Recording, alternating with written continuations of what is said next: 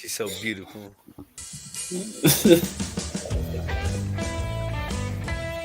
Coming to you every week from no place in particular. This is the Forever Road podcast, featuring Bosco. He's a music lover, a historian, and a connoisseur of the obscure. Find us on some great platforms like iHeart, Spotify, and even more as we keep growing. Now, pointed down the Forever Road, here's Bosco.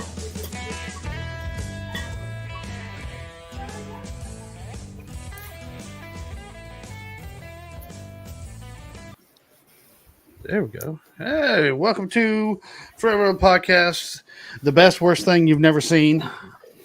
I am Bosco. Joining me today again is Bubba, the God Turtle, or just Turtle, and special guest. Many of you may know him already, but I'm going to introduce him anyway. Mr. J Derrel White. All right. Thank you for joining me, man. I know we talked. We realize we talked for like an hour, a little over an hour earlier? Oh yeah. We was just talking about it was makeup time. It was makeup. We had to make up because I've been so busy. You was like, call me. I was like, all right. And as soon as I said, all right, something came up with the family, and I was like, damn. And you sort of forget. I was like, I'm supposed to call somebody. I supposed to have done something. Like, it'll come to me again. And I was like, oh, man. And then I was like, when we scheduled to do this, I was like, okay, yeah, we good. I'm going to be there. Just shoot me the whatever information. I'm going to be there. So. Yep. Man, it's been a busy week. It's been hectic at the plant, trying to get everything cleaned up, straightened up. We had the big wigs come down from Ohio and getting the truck squared away, getting my shop squared away, getting the rest of the plant and all that stuff, make sure everything's fixed and ready to rock. I see a few of you. I see Falk around and find out she's in the chats. But thank y'all for joining us. So you grew up in North Carolina. Yep. Born and bred.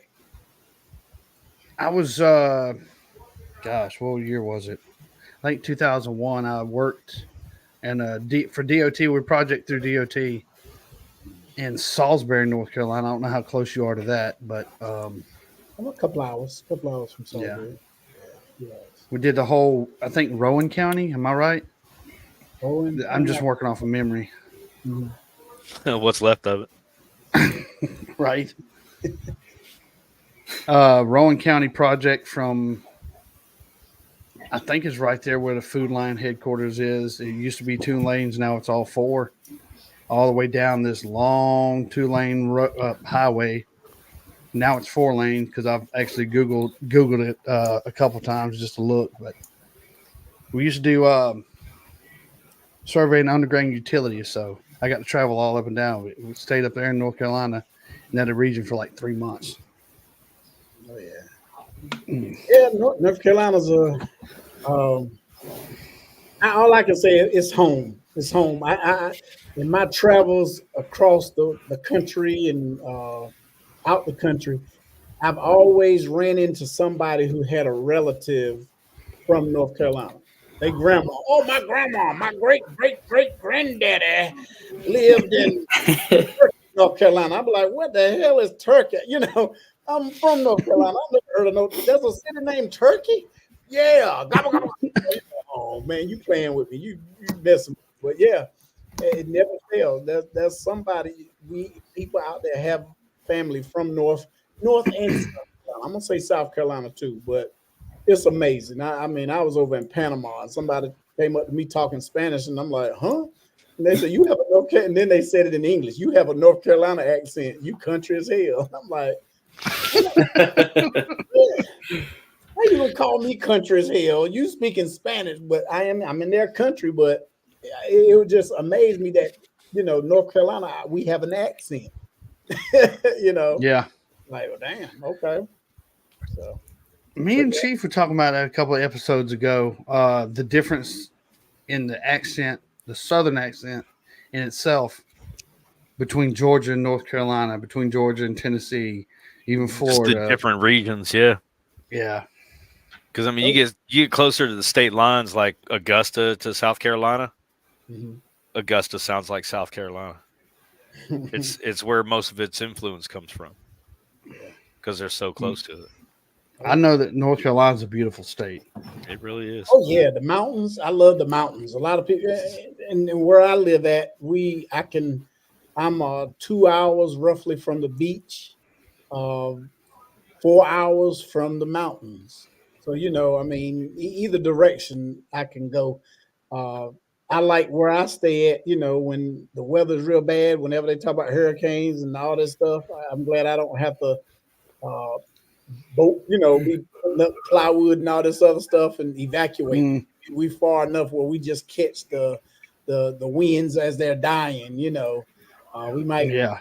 the trees might go down, the power might go out for a little while, but other than that, it's not no twister. We don't have no. It ain't like the movie Twister where your car's all up in there and your cow is going down the road. None of that. Driving along. Is that a cow? Right, right. You're like, is that the Chick-fil-A cow? What the hell? Holding trying to eat more chicken as it goes by. Right, right. That's crazy. Man. Trying to steal my chicken truck. Right. Yeah, man. I mean, my aunt owns a cabin up there in Blue Ridge, Georgia, and when we go there, we go up to North Carolina to the casino. I think in Murphy, North Carolina. Yeah, Or maybe a little We further. and they got one called Cherokee. Cherokee, North Cherokee. Carolina. Yeah, in Cherokee. Yeah. We go up there, and I, put $50 on a card and just kind of walk around and hit the nickel slots and Oh yeah. or hit those, and just to see. It's the fun of it. I don't go any more than that. I'm not a big gambler. I mean, to me, it's just wasting money, just pouring money down a hole. Well, I mean, say that. Counting cards. I mean, that's like North Carolina. We finally have the North Carolina Educational Lottery, which I think is full of stuff. Okay. Yeah. It's full of stuff because I worked in the school system and I saw how teachers struggle to provide, paper, pencil, pens, slide. I mean, just stuff that you think that schools should have and provide for the kids. There's kids that didn't eat, that couldn't eat. They come from poor families where, if they say if a kid didn't have nothing to eat, they would give them a vegetable tray. That would be, and who the hell want a daggone one scoop of green beans and corn? Give me a regular plate, damn, give me, they're gonna give them a scoop of corn and some green beans and a biscuit and be like, there's your vegetable tray, and send them on their way. So the educational lottery, money's supposed to go to the educational lottery. Right. And you would think when you be seeing those, the lottery, nobody got it, but it's up to $600 million. You can't stay out of the convenience stores. People are buying up tickets and everything. So I'm thinking, well, okay, if this person win that money, then what is going to the school system? It's supposed to be an educational lottery. It's supposed to benefit schools in the state of North Carolina. State of North Carolina, we have 100 counties. So you mean to tell me all those millions of dollars they get, where is it really going? Because schools are still struggling. I give you another thing, drug interdiction. Whenever the highways, drug interdictions, when you see police officers stopping cars and they getting all this money and drugs and they turn that stuff in, well, at the end of the year, they tally up all that money, the money that they seize that don't go back to the drug dealers, and it's supposed to go to the school system, and then a percentage of that goes to the arresting department, the police department. It goes for like training, equipment and stuff like that. At the end of the fiscal year, they divvy all that up. But again, what's going on with the school system when you see that. Now, for the last 7 years, when I got out of law enforcement, I started my own business, because I like to hustle. So I started my Mm-hmm. own business as a bail bondsman. Did you know when somebody Ooh. forfeit, when bails are forfeited, when the person go to jail, they get bond, they own a bond for, say the bond is $50,000. They pay a portion. They pay in North Carolina is 15%. So when they pay that 15% to the bondsman to get them out, that's not refundable. We got that 15%. And so now they have to go to court every time until they get it situated, until they get resolved. If they miss court, they issue a forfeiture. Basically, that means we have to go out, we as a bondsman have to go out and get them and bring them back to jail, and they redo the paperwork and they bond out again. And they double their bond. So if their bond was 50,000 last time, it's going to be 100,000 this time. So now, in the state of North Carolina, now you're back on your bond. Now, say if this guy, you can't find him. He's out there, he missed court, he blew it off, and you cannot find him. You've given 5 months to locate this guy or girl. And if you can't find them, you better come up with that $50,000. And the thing is, I'm a surety bondsman, so I have the backing of a insurance company. So Right. if I can't find them and I go there, that insurance company, my insurance company will have to stand that bond. But I'm I got to come up with the money to pay my insurance company, and not only me, but whoever the surety, whoever bonded the person out. And 9 times out of 10, they ain't hitting on nothing either. They, if you don't do your homework on them, check if they got a job and all this other stuff. They could be in the wind with the guy that you bonded out. But again, that money, that forfeiture money, that $50,000, once we pay, where does it go? It's supposed to go to the school system. Right. So I know for a fact I work hard not to get a forfeiture where I have to pay. So, but I know out of 100 counties, I know there's some people that hide, and some bondsmen have to pay. It depends on what it is; they have to pay it. So my thing is, why is that? They say it's going for the school because it's a school board attorney who leads this, who's over there taking these forfeitures. So my thing is, where's that money? Those are three resources that a lot of money, thousands and millions of dollars should be pumping into, but teachers don't have a good money. They don't make no money. Teachers are out here protesting because they're not making no money. That their salary is so low that they got to get part-time jobs. They contracts is for 10 months, 9, 10 months. So that means they got to go out and try to find something in the summer when school is out. Yeah. Well, it's the same way in Georgia. They're closing down schools, but yet the lottery, and how many people play. I mean, you can guess how many bad gamblers there are in the state of Georgia that play the lottery, spend money on scratch offs and quick picks and all that. And then they're closing schools left and right. And then the education system's in a deficit or whatever. It's like, so where's the lottery money going? Right, exactly. You got teachers out here that are struggling to make bills, and there again, where's the lottery money going? I mean, I can remember, and I don't remember what year specifically, but that's what they were. Oh, the lottery is going to benefit our education system and the Hope Scholarship. Yeah, right. I saw one teacher, Mid-90s. she was stripping. One teacher was stripping for extra money. She was a bad teacher too. When I say bad, I mean she was. I know I threw a couple of dollars her way. I ain't gonna lie.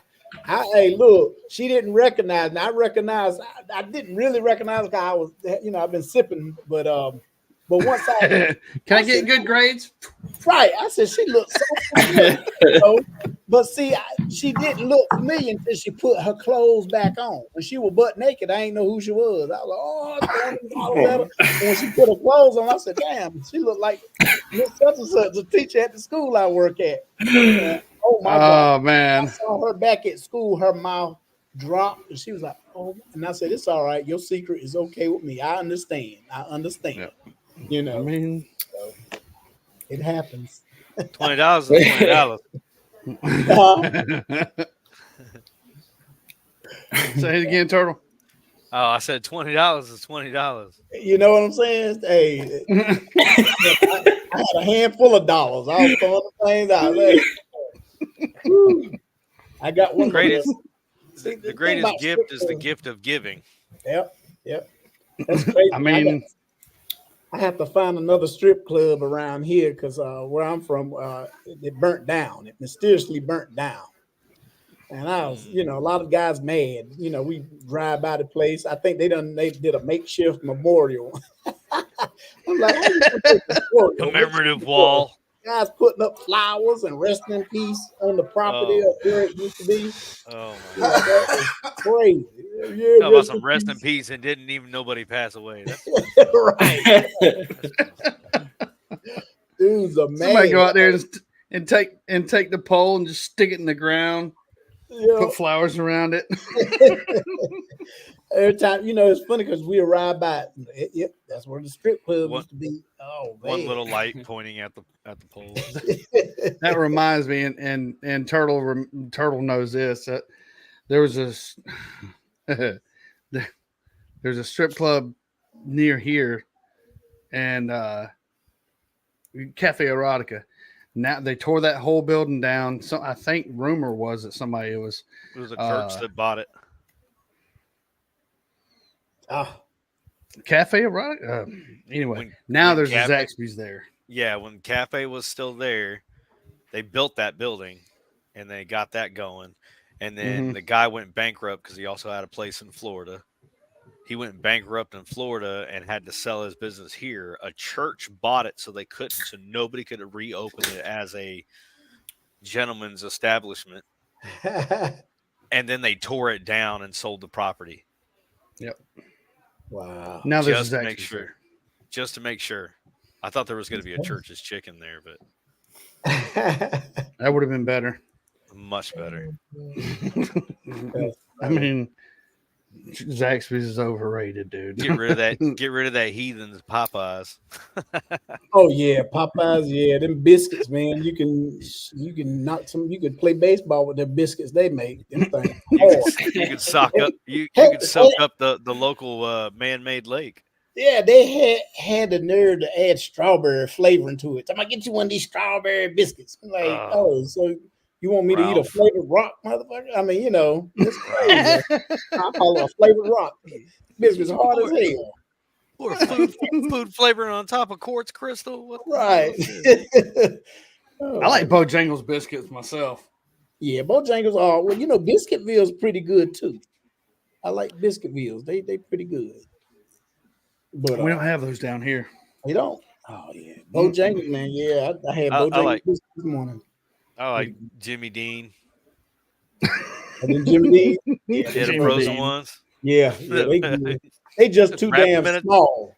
They just too small. No, get the big ones. Get the big ones. Oh, they got the big ones. One. Yeah. I used to get the little small one. Be like the two little ones. Yeah. Yeah. We get those for the kids. Man, they want bite size my ass. I need a big one. Yeah. Yeah, them Jimmy Dean joints was good. Man. Better than any. So what is it? What was it about like growing up in NASCAR country? I know that's kind of the topic on our second half, but speaking of which, what's funny about that NASCAR?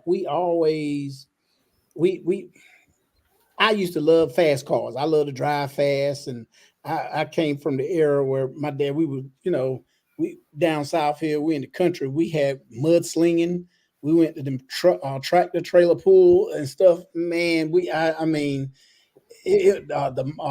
monster jams and stuff. Mm-hmm. You didn't wear nothing nice. You didn't wear nothing clean. You wear something that you can take off at the door when you get home and just leave in the garage or whatever, because you're gonna have mud all on you. You're gonna be dirty, and you sitting in the stands getting dirty. You know what I'm saying? So that it was just loved it.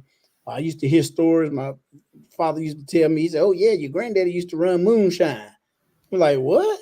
Yeah, he used to drive them cars back in the day. They used to be running from the sheriffs and all. And I just, I laughed at that and, was like, whatever.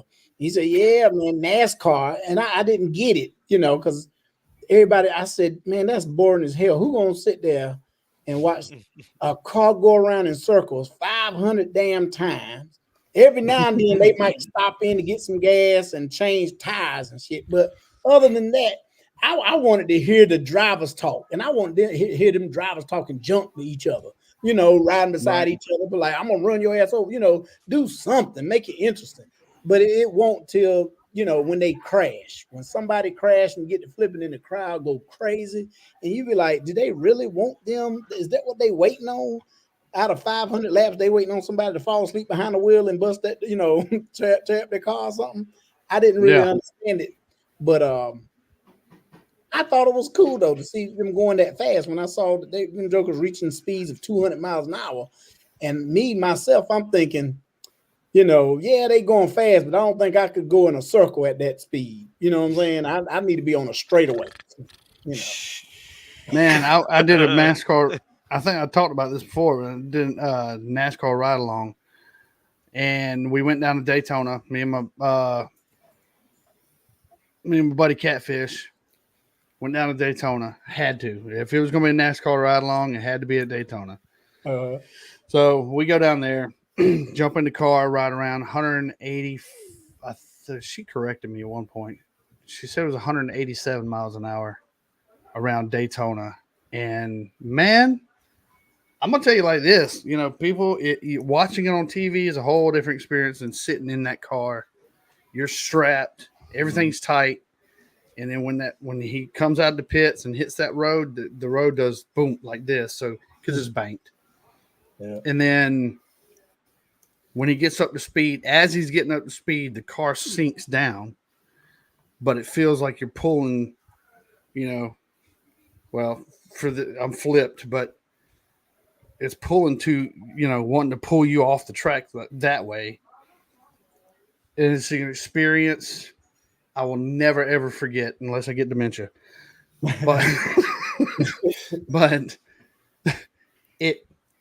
I give it to him. I give it to him, man. I mean, it ain't go down here and take a left turn, go down the other end, take a left, and then go down the. No, it's nothing like that, man. Yeah. I know about racing out here on the interstate, getting my ass in trouble. I've been pulled over for speeding a few times. Mm-hmm. The fastest I've personally gone was 140, but sitting in a NASCAR. So, who was your favorite NASCAR driver coming up? I used to like Richard Petty. I used to, Yeah. Richard Petty and Dale Earnhardt. Those were the two big names. Kyle Yarborough. Those three right there was the name. I was a big Dukes of Hazzard fan. You couldn't tell me shit. With all this stuff, they talk about the Confederate flag races, all this and that. I said, well, I'm a black Confederate flag flyer then, because I damn sure had a Dukes of Hazzard model car.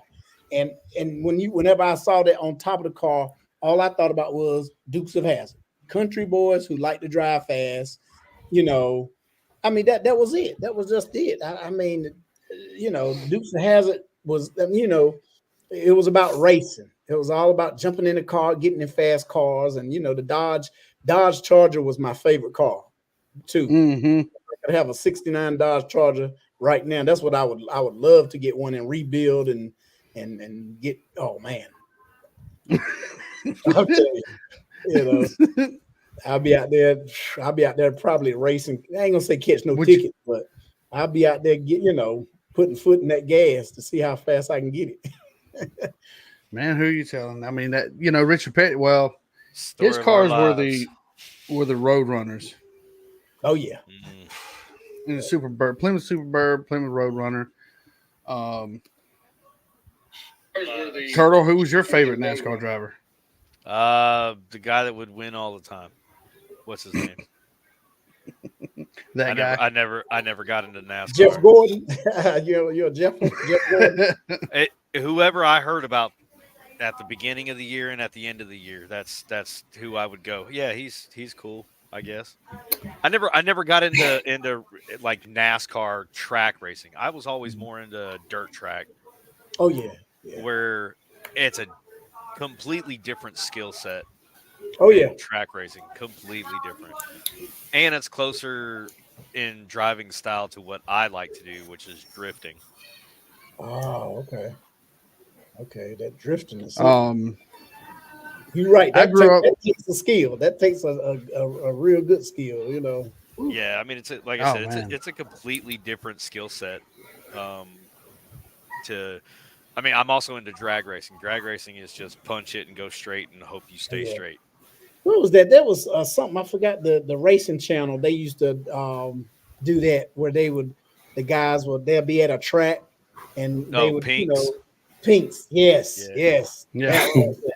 I used and to then love street watching that. outlaws as well.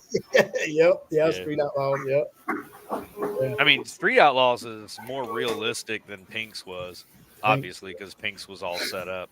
Yeah, oh yeah, Um, but street outlaws, although some of it was kind of set up, the racing was real. oh yeah, Yeah, the I mean, drama was a little over the top. they did yeah. add into the story, and they knew what the story was going to be, but it was kind of a ad lib drama because they Oh would yeah. say, okay, these two guys are going to race. Whoever wins, this is what's going to happen.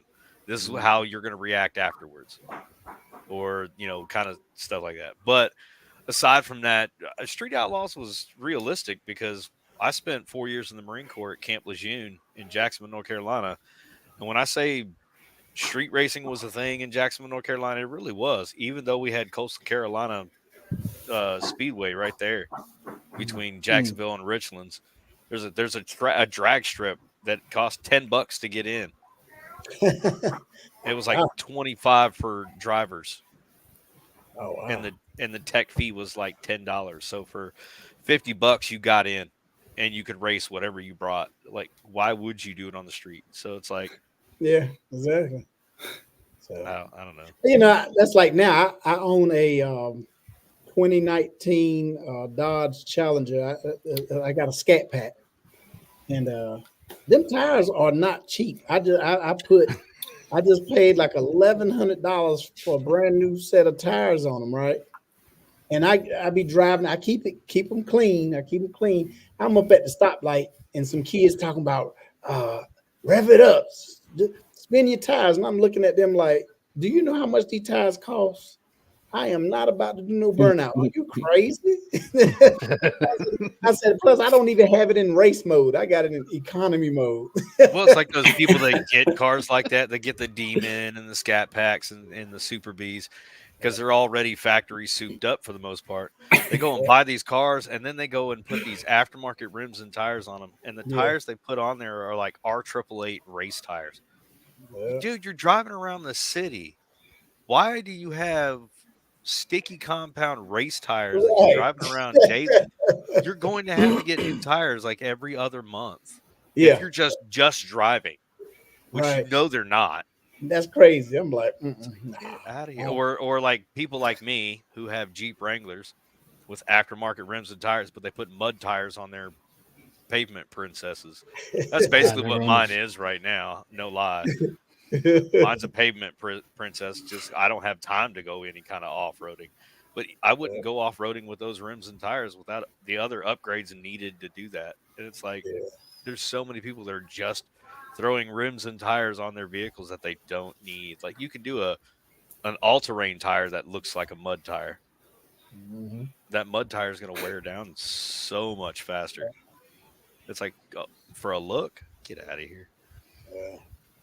It's I mean, something. I I got mean, all. okay, what I'm saying? I have a well. I know we were talking earlier, but it's like my truck, the one with the lift kit on it.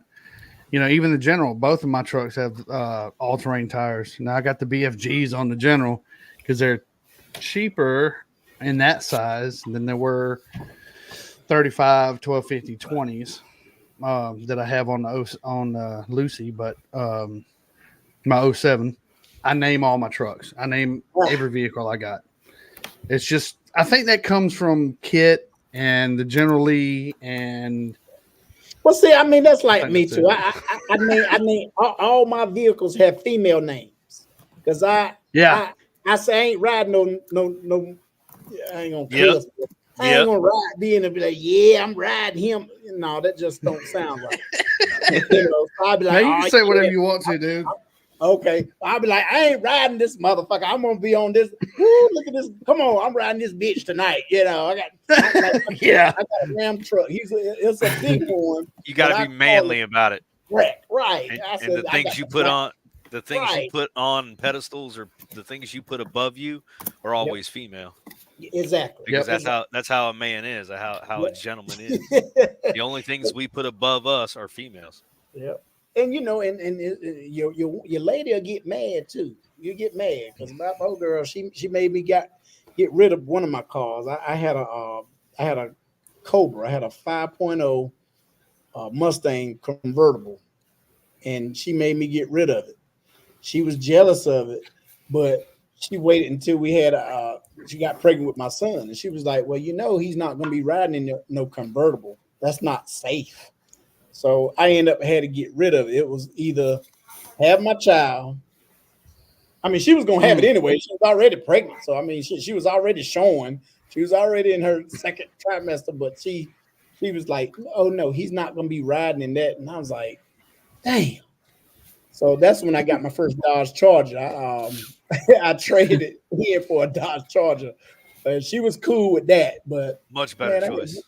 that Mustang man was a black beauty. I used to call it Black Beauty because she was when I polished up, she looked good and crank it up. It was good. It was like the 50th anniversary edition or something like that too, because it was a 2005, 2004, 2005 brand spanking new, and she made me get rid of it. I was so mad. I said, "You were jealous of that car because I touched I touched that car more than I did your ass." You know. That's what it was. She was mad because I'm serious. I would be out there, daggone it, with the music, slow music playing, and I was washing the damn water. I would test the fucking water, make sure the water temperature right. I'm talking to her, oh baby, that ain't too cold, and this and that. And she's sitting My there man out here mad. over here playing Teddy Pendergrass, watching your car. Turning off the lights. That was, man, I'm serious. Oh, One shit. time she got mad at me because I slept in the car one time. I fell asleep in the car. I fell asleep, had it down. Man, she was mad. She was mad. She said, "Oh, that car." That's why she was so happy when I got rid of it. She had a little smirk on her face. Mm-hmm. Yep. I said, "That's all right." I said, "When my son get older, I'm gonna get me another sports car." And I damn sure did. Because I mean, my son, my youngest, he's 19, and I damn sure did. I went in 2020. Yes, I had it 4 years. So yeah, I went and bought me a damn scat pack. Sure did. And didn't ask her shit either. I won't tell her.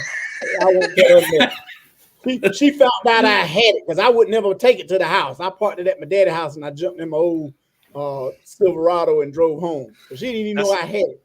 That's how I got my Jeep.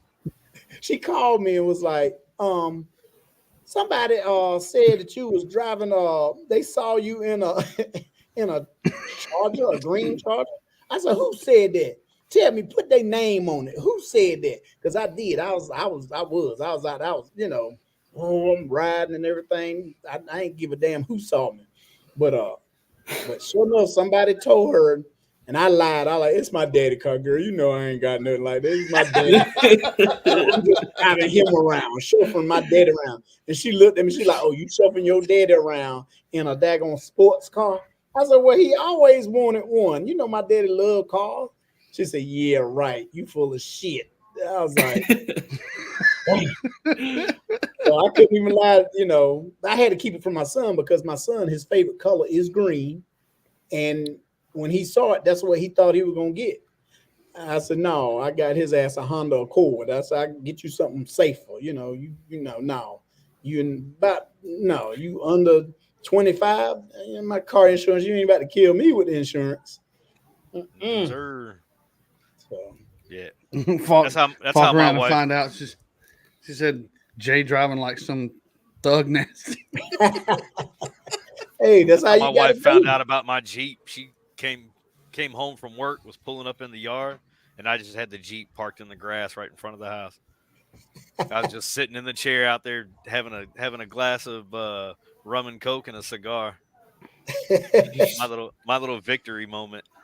Yeah, because I don't know what it is, but some women think that we treat our cars better than them. You know, it's funny because one girl, she was like, "Oh, you're such a gentleman. I've never had no guy do that for me." I like, "Do what? Open the door and let me go in." I said, "I open the door to keep your ass from slamming my shit." I open the door and close it because you got to be gentle with her, like that. And she got mad at me. She was like, "Oh my gosh, is that the only reason why you open the door for me?" I'm like, "Yeah." Yep. I said, if we was in your car, if I was in a raggedy piece of shit, yeah, you open and close the door your damn self, you know. But this was my ride. I don't wash them up, had them nice and shiny, and I ain't want you to get no fingerprints on the door. None of that. Don't roll the window down. I'll roll the window down, okay? Don't put your arm up on the window sill. None of that. I keep a towel, on the armrest. I keep a towel on. I don't want your ass to put your arm on my daggone center console. No, nothing. It's on the mat. You can't eat nothing, drink nothing. The only thing I let a person in my car drink is water. Water. That's it. My It's family your knows. cars, your rules. Right. My family be like, we'll go to a restaurant, and my little niece came out. She thought she was trying to be slick. She gonna come out with her little cup. They get a little sippy cup. I don't give a damn about no little sippy cups. It's spill proof. Well, spill my ass. It's not gonna spill. I ain't even gonna put that to a test. And I told my sister, I said, hey, tell her to go ahead and finish drinking it and throw the cup away or empty it out if she gonna keep the cup or whatever for souvenir cup. But you need to throw that shit away. She ain't getting in my car with it.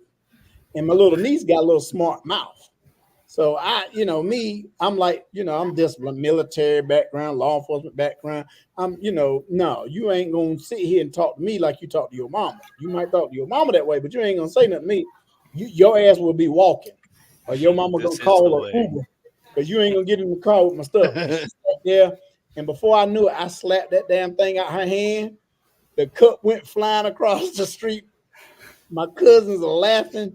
My niece started crying. My sister looked at me and she looked at my niece. She said, "Well, hey, that's how your uncle is. He told you should have drank it and everything." And got on in the car. I'm like, "Oh no, I don't play with that.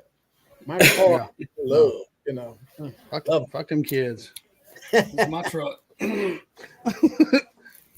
I had my wife's Tahoe tore up, and so she was driving my truck. I was back in the General until we can get her transmission squared away. Thank you, General Motors. But anyway, so yeah, that turned out to be a 8-month headache. So she was driving my truck, and every day, well, not every day, but I go in there to get something out of the truck or go jump in my truck to go somewhere so I can drive in air conditioning because the General don't have air conditioning. And I mean, it's a 94, so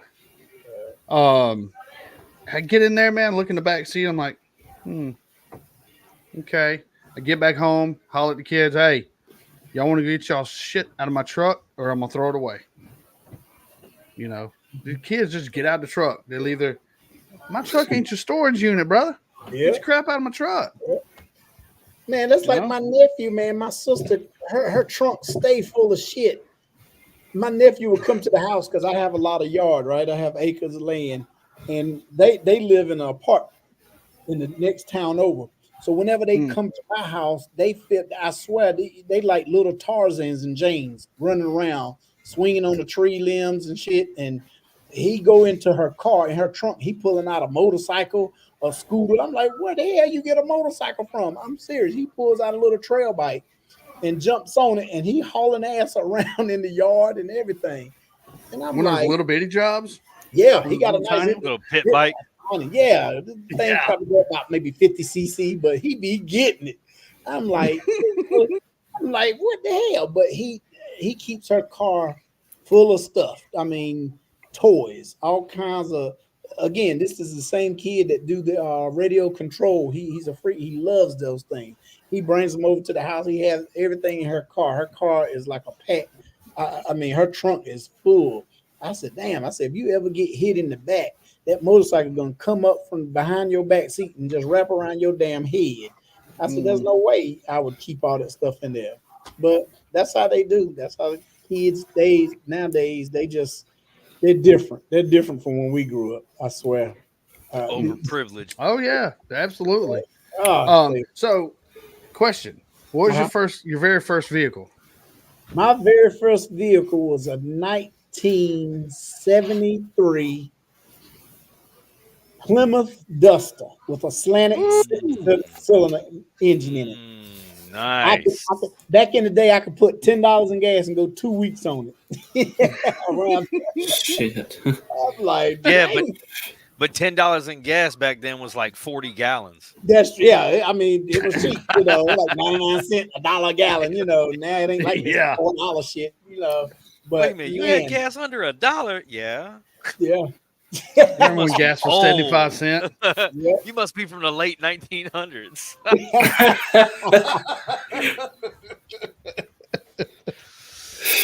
Oh, you damn kids. Oh man. But yeah, that was my very first car. It was a banana color. It was like it wasn't yellow.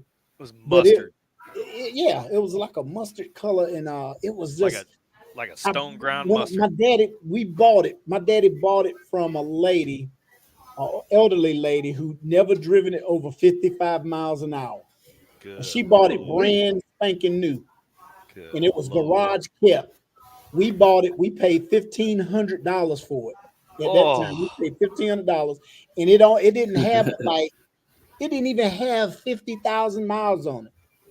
And reason she sold it was because her husband died, and she was just basically selling up all her shit. She didn't have no kids, and we heard about it. My dad went and got it.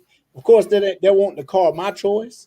I wanted something totally different, which I still end up getting that car, but that was my first car. And my dad was like, well, if you want to build your own car with your friend, what you want, then I'm gonna take this one. I'm gonna take it. And I was like, well, I'm gonna keep it. So we kept it in the family.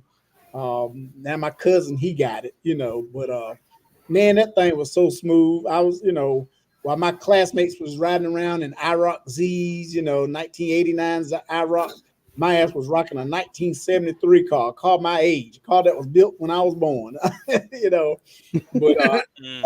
was clean though.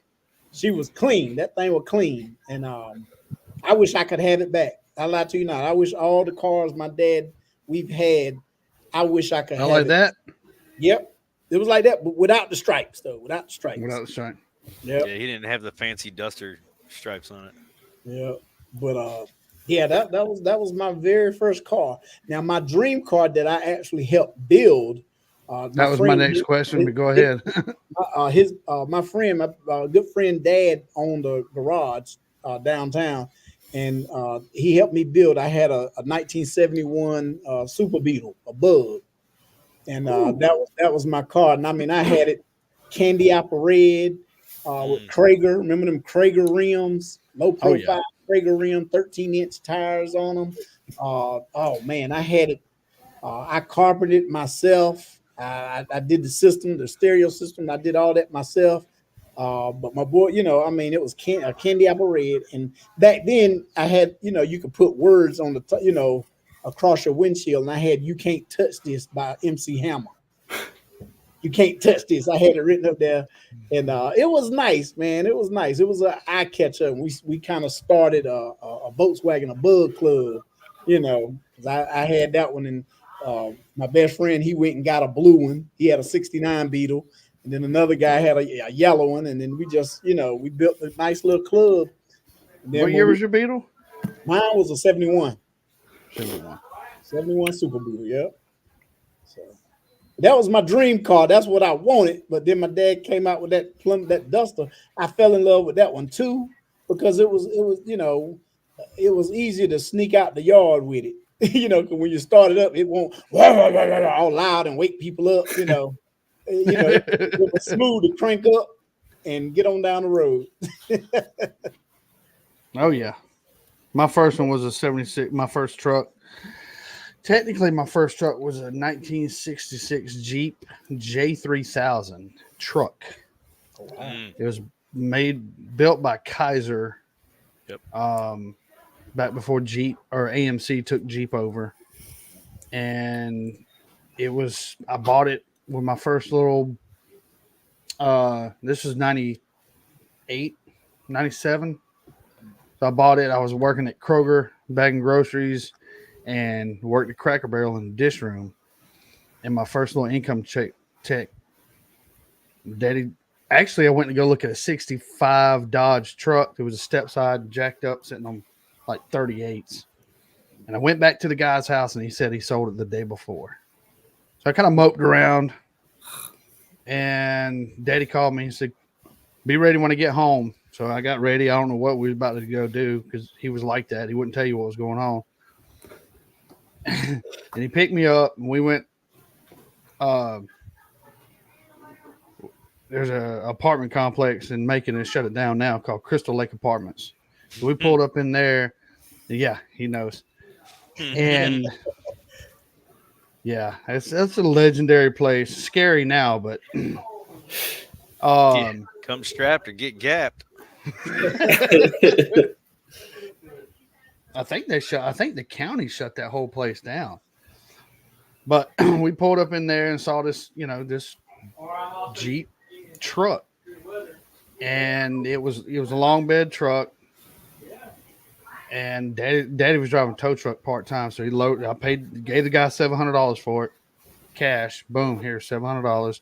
I took the rest of it and bought wheels to put on that. And then bought tires. So I got brand new set of black, what they look like D-hole wagon wheels, like what NASCAR has. 15 by 10s, and bought some 33s to put on it. And almost every truck I've ever owned has been four-wheel drive, now that I think about it. I think I've had I've had two two-wheel drives, but everything else has been four-wheel drive. And put rims and tires on it and drove it around trying to learn how to drive. Taught myself how to drive. 3 on the tree. So look, so you remember back in the day when you had to go get your driver's license, you drove a manual. You had a daggone stick shift. A lot of kids don't understand. They get in the car and they're like, "What is that?" That's a stick shift. I learned how to drive a 5 or 6 speed. The kids nowadays do not know how to do it. They like, I can't drive that. I was like, so you know what? I lied to you now. I always wonder why my dad, all his nice cars that I wanted to drive, all of them were sticks. And I was like, fuck it, I'm going to learn. And I was like, yo, teach me how to drive. And they're like, And, I was like, all right, I get in and start stripping them gears. He was like, hold up, shit. You about to turn my damn car. All right, I'll teach you. I was like, I thought you'd teach me, because I was, gears keep kicking back out. He said, Can't find it, grind it. Right. I look, especially when you're going down, when you going, you got that bad boy in 5th or 6th gear, and you started breaking down when you come into the light. I would break it down. I'll go from 5th to 3rd. Throw all the shit in the back, come to the front. I said, you gonna miss the gear, didn't you? Shit, how you gonna go from 5th to 3rd? I was like, I don't know, But, my dad, oh gosh, he used to hate me driving his stuff. And I was teaching me how to drive. Like I said, because I was like, I don't want to go automatic. I want to drive that, Because how you watch television and you be seeing them shifting gears. And I'm like, that's what I want to do. And my dad would hit the car because every car he had, my mom would try to drive. So to keep my mama from even driving, because my mom would not, she was afraid to get behind a car that was a manual. So my dad, her car was automatic, and all the rest of the vehicles he had was stick. And when I came along, I'm like, hell, you gonna teach me how to drive this? I ain't scared of it. And I got up there grinding them gears. He became a good teacher because he was like, you might have to I don't want to have to fix this. Right. I don't care that you're driving it. I just don't want to have to fix it. Oh man. Yeah, my first, that Jeep truck, man. I did many, and I quit Cracker Barrel. I worked at a salvage yard. It was a paint and body shop as well, and it was a 3 on the tree. I don't know if anybody out there knows what that really means, Oh but yeah, you that's had the 3. column. Well, You got them I know you did. Yeah. in the column. Yeah, That's what I learned to drive on. yeah. First, second, third. That's it. And I learned how to drive. I would drive up the hill to the little convenience store up the road and go get lunch or something like that. Go get some Gatorades because that shop was. I've worked in some hot shops before, but I was young. I was about Bubba's age, and working in a hot ass body shop. That's when I realized I don't want to do body work for a living. I didn't have an education. I had quit school at the time. I didn't have a GED or anything yet. And what else could I do? I had to find money somehow. My son was born in 97, in September of 97. So, yeah, I got a You were born in 27 year. 97. Yeah. Dang, Bubba Doo. No, not him. This is my oldest kid. Oh, He was okay. born in 2003. 2003. Yeah. Yeah. Good gracious, man, I'm old. Look, I was about to say, daggone, you were born in 91. And then he said 2003. I'm like, damn. Yeah. You're not too far ahead of me or Bosco. No, Yeah, I'm 50. I turned 50 December. December, I'll be 51 in December. So, what are you, 45? 44. Okay. 44. Okay. Both of y'all Just- Turtles. Yep. I'm only a few Okay. months older than Bosco. Oh, okay. Okay. Yeah. Yeah. But you know how it is when you 40 on up. I consider you old school. You know, because my sister, my youngest sister is 35, and then I have one that's 43. We're 8 years apart. My parents put us 8 years apart. So my sister that's in between me, that's 43, she knows all about the stuff that we're talking about now. She can sit here. I know she was at that age that she can remember the cars and See, and I was the baby. I was the baby, and I was born in 80, and I was the last one. Mama wasn't having no more. And so I grew up with an older sister and an older brother. Obviously my brother had my half brother, and he lived with my grandparents here in Georgia, and I was a military brat, so we moved around a little bit. But I was the youngest, and so I was always subjected to what everybody else was doing because they weren't changing into anything else. Right. By the third child, they were like, "Yeah, no, he can just fend for himself." Yeah. So I learned everything from my older sister. The funniest thing is hand-me-downs. A lot of kids these days don't know nothing about hand-me-downs. I mean, we had hand-me-downs from not only clothes but cars. Because except for mine, because my youngest sister was like, I don't want no car that's 25 years older than me. So she was the only one that didn't get a hand-me-down car.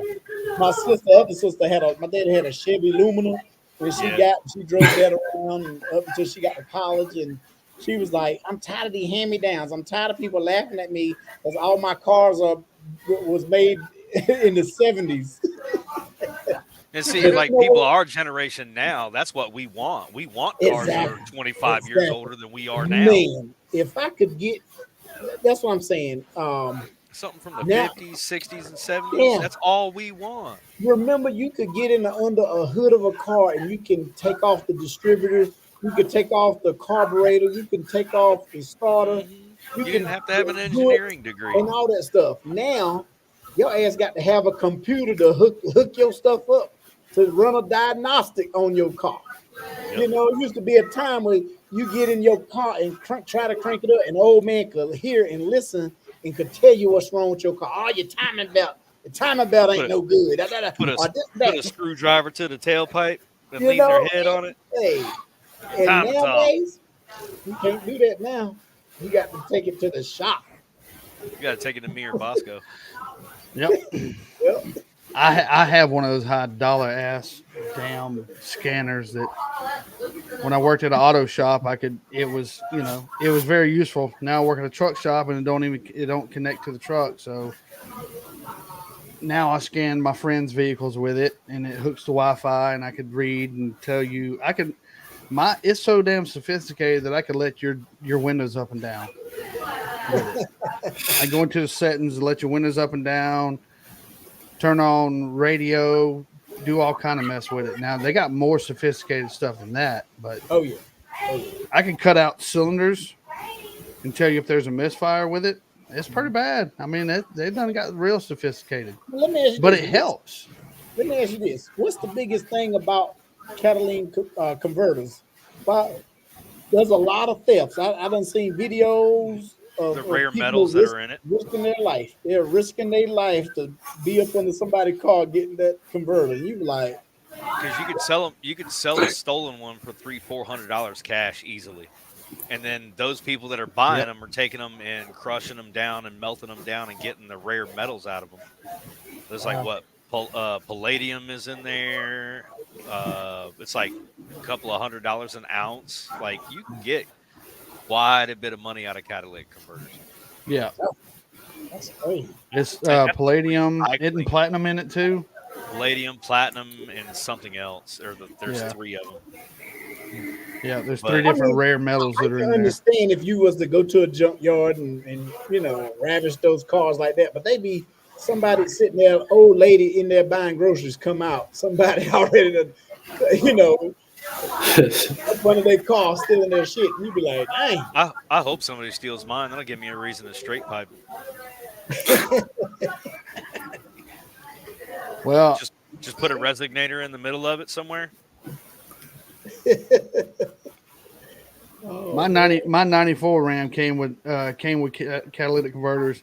Guess what? It does not have, and didn't have when I got the truck. I got the truck from my daddy.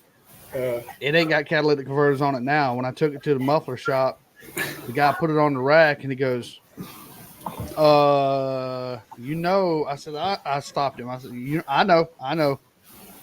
He said, well, this is going to be cash only. I said, I don't have a problem with that. So while he was doing that, I went to the ATM, got cash. He told me how much it was. That I don't think they'll pass. They won't.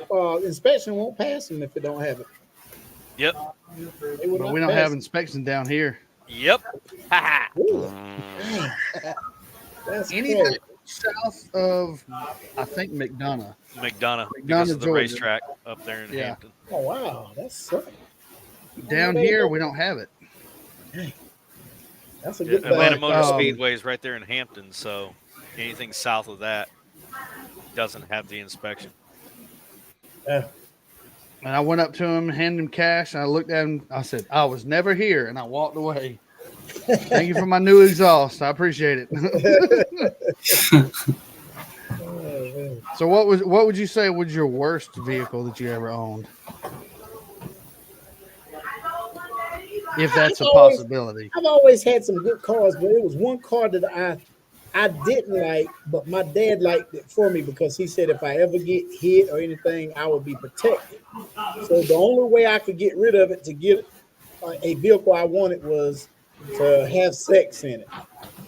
My dad had it was a 19, what was it? It was a 70, what was it, 73, 74. My dad loved the early 70 cars, but it was an Oldsmobile, 98 Oldsmobile. Had a 455 rocket engine in it. Ooh. Yes, sir. That daggone thing was long. It looked like a ship. It was like a big ass boat. It was But a land yacht. Yes, that thing would fly though. It could fly. You'd be just bouncing up and down just like that. It was a smooth ride, but it was too big. I didn't like that big ass car because when I turned into the driveway, I had to make wide turns to get up in it. Do that Cadillac lean. Right. Yeah, and I hate this damn car. And my dad was really and drive. I said, okay. And I'm talking about the little the controllers for the back seat. The seat, it moves all kinds of everything. It was like a panel, it was like a remote control box. And when I figured out that you can move that front seat up, and I looked and saw all that room in the back seat, I said, "Oh yeah, I'm gonna get me some ass in this." And so did. I started having sex in the car, and I wouldn't, I would. I had the windows rolled up tight, so when I get out and close the door, that sex scent will be in that car. And I remember my mom and daddy took the car, and my daddy came back and said, "What the fuck is that funky ass smell in the car? What did you hit something?" I was like, "No." My dad looking all under the hood. "Well, you ain't run over a possum or something? Shit, it's stinking here." I said, "No." And I told him the name of the girl in there. He said, "Oh yeah, you done had that funky ass bitch in my car." I said, "Well, you told me it was mine. You said I did." And my mama said, "Get him a car, a small car. Get him something small where he can't be having no sex in the back seat and all that." And that's how I got my bug. I said, having sex. Uh-huh. I mean, it had room, so I don't know. It was because I didn't like how big it was. But if I had that car now, oh, I would drive. I would. Oh yeah. Man. Oh yeah. Those That cars back in Cadillac the day. lean. Gosh, I told you. nice. Nowadays, Yeah. our generation wants those old cars back because we Mhm. Yep. know. We That's what I was telling know. Bosco earlier. I said, man, if I was a millionaire, multimillionaire, I would have my favorite car from each decade, starting from the 50s. I would go Matter of so fact, much. Uh, Manatee Girl was you were going. You talked to bring that up, and I was going to bring it up, but I posted it. oh yeah, Manatee yep, Girl said that's what she learned how. I know her. Um, she posted 64 and a half Mustang. yep. Sorry, I That's didn't what mean to she's interrupt. Go learned. ahead. But That's what it's she's funny. My learned. mom and dad used to have matching cars. Like today, husband and wives will have matching shirts. I'm with him, I'm with her, shit like that. Now, back in the day, if my daddy had a car, my mama was gonna have the female version of it. So in the 60s, they had no, in the 70s, I'm sorry, in the 60s, 60s, yeah, in the 60s, they had the Mustang. My dad had a 64 and a half. And it used to fuck with me because I used to be like, in a half, 64 and a half, you know, what the hell? Why? It's just a 64 or 65, whatever. But his was a 64 hard top. My mom had a 65. Her was a convertible. It was a gold color. It was a convertible. And they end up, my dad got rid of it. He said he got rid of it 6 months before they, said it was, if you have it, you better keep it. I don't care how raggedy or how bad it is. Even if it ain't even running, keep it. Keep that body. Keep the frame. You Yep. know. And my dad, they end up upgrading. And in the 70s and early 80s, they end up having a Impala. They went with the 76 and 77 Chevy Impalas. They like that body Mm. style. And then in the 80s and from the mid 80s to the early 90s, they had Monte Carlos, had matching Monte Carlos. And so yeah, man, I love some cars. I love, if I could have the top car of each decade, um, oh yeah, I would. Most definitely I'd have See, to have in the 60s.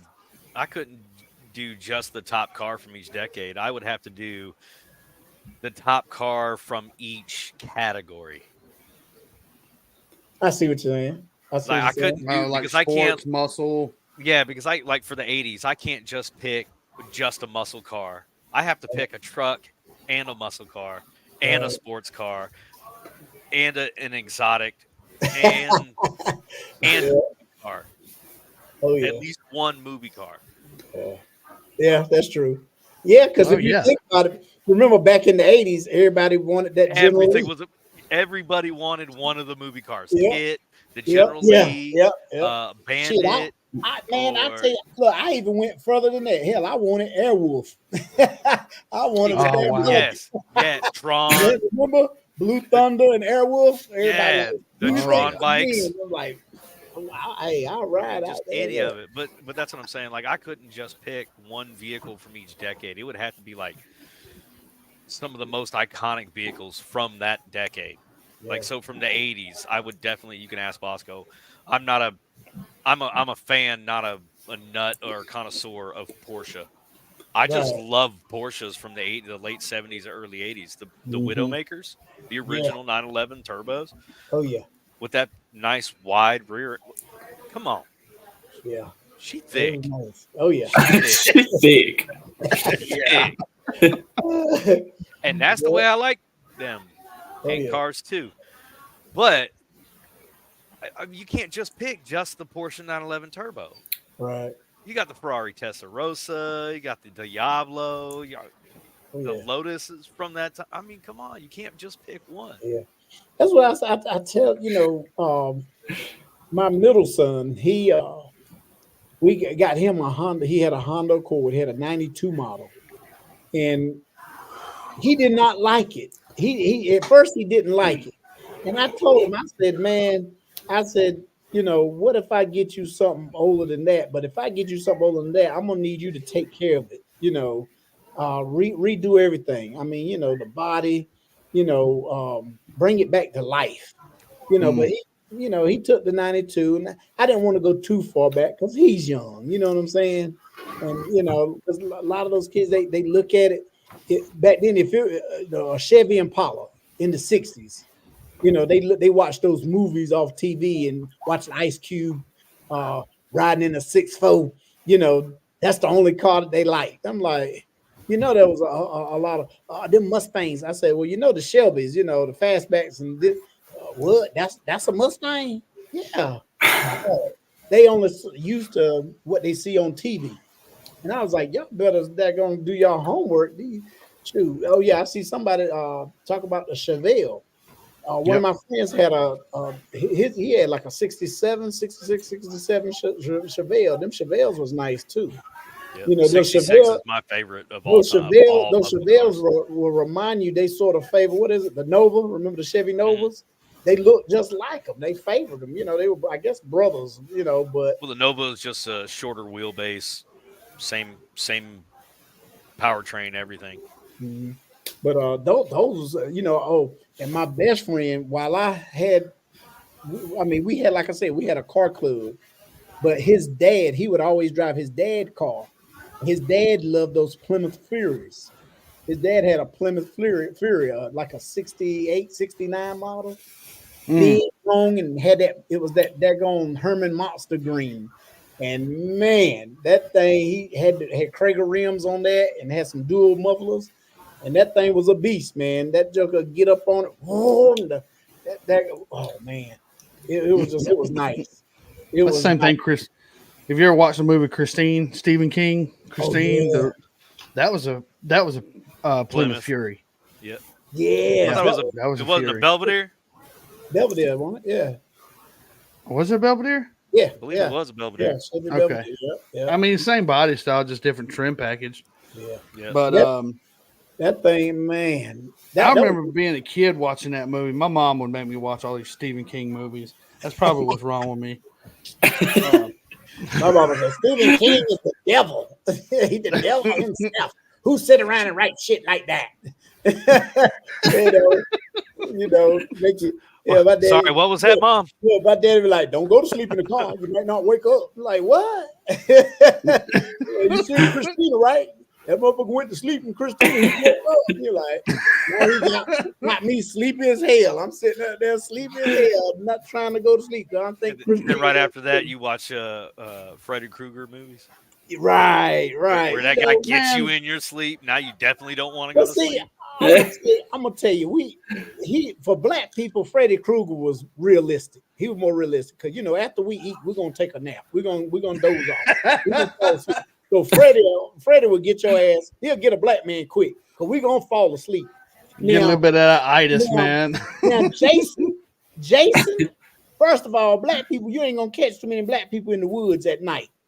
Okay, especially not near a lake like that. A lot of us can't swim, so we ain't fucking around at no lake. Nope. And then you hear that chit chat.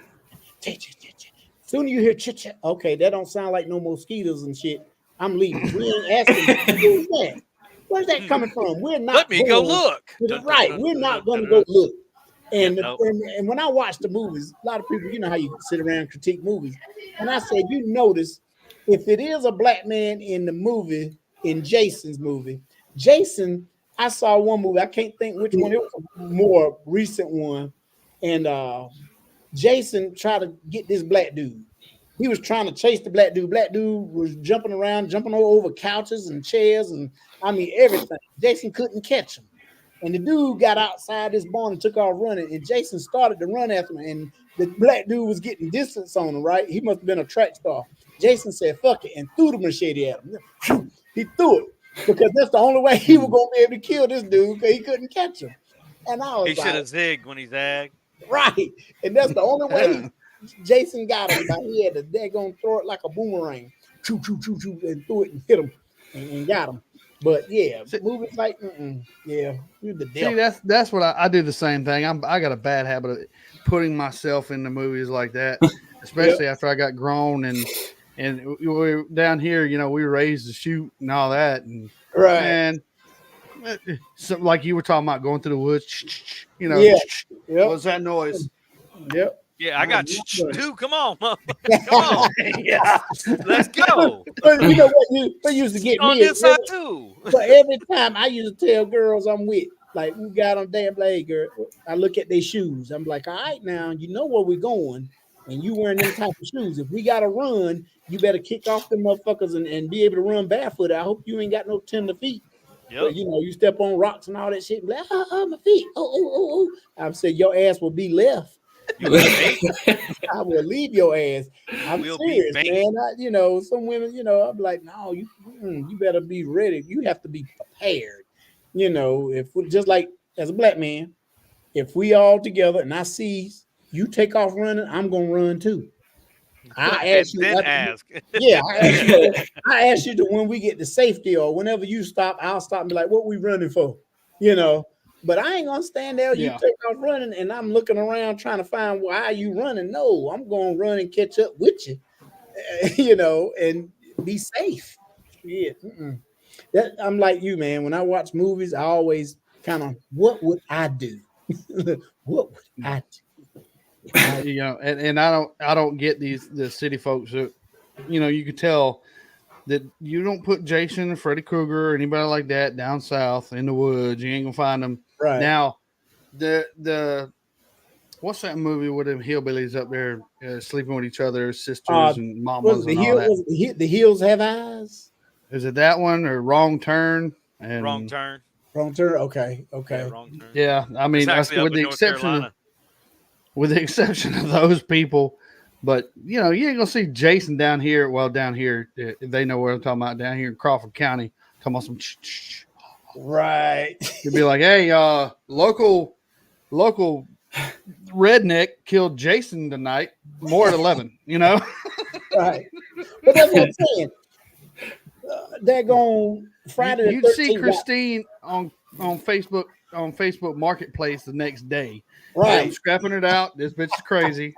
Yeah, bursting the flames. She worse than my ex-wife. You know, all three of them. Hey, I'm selling all four ties. That's selling everything. I'm breaking everything down. The radio, everything. Yeah, but shit, you still couldn't kill it. But remember when they crushed it, it was sitting there in the square. You know, when they crushed it and had it all compact, the damn light came on. So Christina won't dead.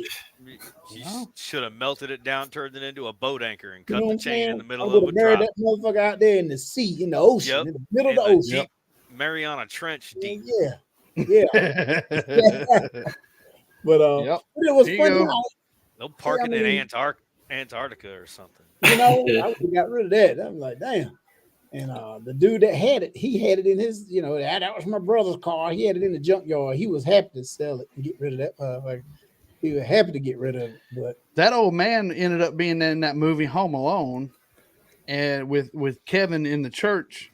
And I got a meme. I found it earlier on my phone. I was looking for something else and just going through old memes, just going back and back. And I got a meme that has the old man from Christine and Kevin sitting in the church, and the caption reads, "Hey man, I'll give you a good deal, make you a good deal in the old Plymouth." Like he's talking to Kevin. I remember that one. That was a Christmas. Make you a good deal. Man. Well, I know we've been talking for a while. So you're a comedian. How did you? I got quick. You know, I know we're going a little bit long here, but we're having fun, so whatever. How did you Didn't even go notice. from law? I just now looked at the time. How did you go from law enforcement to being a stand-up comic? Well, Well, you went from military to law enforcement yeah, to yeah. I did 10 years in the Army, 82nd Airborne, all that other crazy stuff. And appreciate it. Thank you. Thank you. And I went from there, went into law enforcement. I was a deputy sheriff in Virginia, came home mm, uh, and was a police officer at my hometown of Clayton. Then I moved up to the big city and finished up at the big city of Raleigh, in Raleigh, North Carolina. Um, I Quick just, question: uh-huh. Did you ever have to deal with any cars going around the 440 racing? Oh yeah, people did that all the time. Sorry, but you know what? I didn't, but I heard other officers did. I was like, between 2001 and 2003, uh, I can only apologize for the Honda CRX that y'all could never catch. oh yeah, those cars were fast. Yeah, that was probably you. Yeah, it had a Porsche. It had a Porsche 912 turbo in it. Woo, woo. mm, Oh, mm. wow, you was fast and furious for real. No, it was just mostly furious. We're talking about a Made a lot of Honda. noise, went nowhere. Well, it went everywhere where it wasn't supposed to. I'll put it that way. Yeah, we used to race around because I was in the Marine Corps from '99 to '03. But we found out that there were street racers around the 440, so we would drive our cars from Jacksonville, North Carolina, all the way up to Raleigh, Durham area, and we would go just keep driving around the 440 until we found them, and then we'd follow them to wherever they staged at, build up, and would challenge anybody, and they couldn't touch us because we just had they had in-state inspected cars. We were backwoods well, Georgia boys and well, Tennessee boys. the funny thing is, Raleigh police and a lot of large police departments have the no chase policy. Mm-hmm. If somebody was to take off on us, we can follow them if they don't go over 70 miles an hour. If we down in the city where it's 25, 35 miles, if they rolling over that, then we just have to call out where they going and all this and that. If we jump out on 40 and they haul ass, we could only go up to 70 miles an hour. And if we was chasing them, we would have to call in the sheriff department, highway patrol, and Yep. Strategically get them in place where they can take over the chase. Because state trooper can run your ass all the way to the next state, and then have state troopers in that state waiting on you. So that's pretty much what we did because we didn't have no our chase policy was we couldn't chase. It was safer that way. Yeah. Most of the time, us as racers, and I'll say us, I'll fully admit to my wrongdoings. Most of the racers, after we realized y'all would stop following us, we would slow down and pull over and stop racing anyways. Just because it wasn't worth the risk, not only for you as an officer, but for everybody else and us. You know what? We had one guy, man. I rode everything from 3-wheeler, 2-wheeler, go kart, moped, whatever you want to call it. I grew up riding those things, and uh, I wanted, like I said, when my son was born, I had to give up my toys. So didn't have my toys for a long time, right? And when I was thinking about going back to the motorcycle, get me a motorcycle. One of my last investigations was a motorcycle death. And when I saw it, and I just, it just made me say, okay, I don't think I'm gonna get one. And and every time I think about, going and get me one, I hear about it now. I'll see something that remind me of why I shouldn't get it. Even though now I don't want to get a crotch rocket, I want a nice cruiser. But still, man, 2 wheels is different. When you get that, when you get on that 2-wheel, you want to test it a little bit. You need to get you a Harley Sportster, say around a 2000 883 Hugger in cobalt blue. Boy, do I have a deal for you. I'm gonna have to talk to you offline then. Yeah. Bosco, you can't breathe liquids, man. He does that shit to me all the time, man. We sit here for hours. You can't see it. My TV's right off screen. My PlayStation's right here. So we'll sit here for hours playing And we'll do that to each other all the damn time. But to get back to what you Yeah, man. asked, um, Yeah. basically, I mean, I was always told I was funny in school. I was a class clown. All this around family reunions, around the house, everywhere. I was always told I was funny, but I never thought of getting on stage until me and my wife went through a separation. I used to work off duty at the clubs, at the dance clubs and stuff. And I knew as soon as me and my wife were going through our separation, I did not want to go to a dance club because I used to see all the women, and women love a man in uniform. And if they would have saw me out of uniform, they probably would have, they was flirting with me in uniform. You can imagine what they'd do if they found out I was out of uniform, I'm off duty. And I was scared because I knew what I probably would have done. I would have went home with some of them women. So instead of me going to a dance club, I decided to go to a comedy club, and I went to Good Nights Comedy Club, historical, a legendary club, and that's where I got my start. And I started telling jokes, and then I had friends. I used to coach basketball, youth league, and this guy used to I worked with. His cousin was JB Smooth. He played on.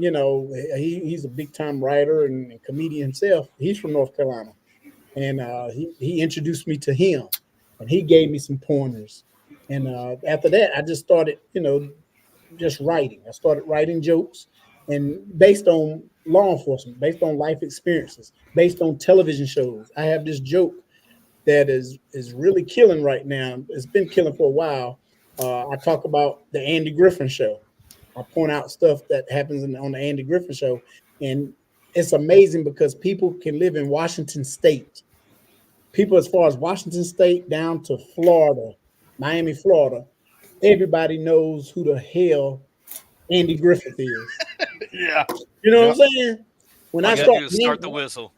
when I say Andy Griffith, everybody start laughing. When I can name members of the people, they know. If I forget the main one, if I say Ernest T. Bass, everybody fall out their chair laughing because they know how he was. And it's amazing. So it don't matter where you go, people know. And of course, where Mayberry at. It's the fictional town in North Carolina, Yep. Yep. based on Mount Airy, the hometown of Andy Griffin. So, but yeah, I mean, I did my jokes and stuff, and I did it so much and was doing it a lot, while I was going through that hard time. And I met a lot of celebrities, and they heard me, and they liked me. They was like, "Man, that's what you need to do." And I was like, "Well, my daytime, I'm a police officer." They look at me like, "Man, you don't look like you no cop." I'm like, "Is that a bad thing?" They're like, "No, it's a bad thing. You Yeah. just What are you trying to say? right." They're like, "No, you don't look like one of them assholes." And I'm like, "What?" I said, "So you think police officers are assholes?" It was like, "Yeah," and all of them said it, "Yeah," but you cool. And I was like, "All right, all right." So a lot of my jokes, real life stuff. Of course, you change it around and this and that. And it's funny, man. I'll be telling jokes, and I don't know who's in my crowd, who be in the crowd. I've done had chief of police. I done had everybody approach me afterwards. It's like, are you really a police officer? Were you a police officer? Because your story sound relatable. And I'd be like, what's your rank? What department you work in? Because I don't want you to be going back getting me fired. You know what I'm saying? Right. So after we talked, and they loved it. So I called myself, in North Carolina, I'm the comedy cop. So it's quite a few. I realize there's quite a few police officers that are comedians that have, they went into comedian, and they tell their stories because we have some great stories. Tansy has a book Yeah. coming out where he telling stories, Yep. police tales and stuff, and it's comical, Pig man. Latin, a Yep. seriously funny story, something like that. I've been pre-signed up for since he started the whole thing, so I'm just waiting on my book, Tansy. If you're listening, whenever the book But releases, it's funny because I have people say, "Hey man, can you tell dirty jokes or clean jokes?" And then I have some people, church going people. Church going people love jokes, but they don't want you to tell nothing with sex in it. They don't they don't want you to be, no curse words or none of that. So a lot of times when I go into a crowd, I'm like, hey, I said, you do know we're in a nightclub. Where my Christians at? And you get some clap, some will clap. I'm like, it's all right. We ain't gonna line you up and shoot you or no shit like that. You know, if you're Christian, you believe what you believe, right? I said, but Yep. I said, I use a little bit of profanity, not that much, nothing to make you squirm in your chair or get up and leave the show. But I said, this is what I'm gonna do. I'm gonna tell a church joke to warm you up. And they'll look at me, they'll be like, okay, you hear them, okay. So I'll be like, there's two preachers. Every Sunday they will meet, their church was about 250 feet apart. And after church service, they would ride their bicycles and meet in the middle and they would discuss what went on in their church, how church service went. So this one particular Sunday, one preacher was walking, the other one was on his bicycle.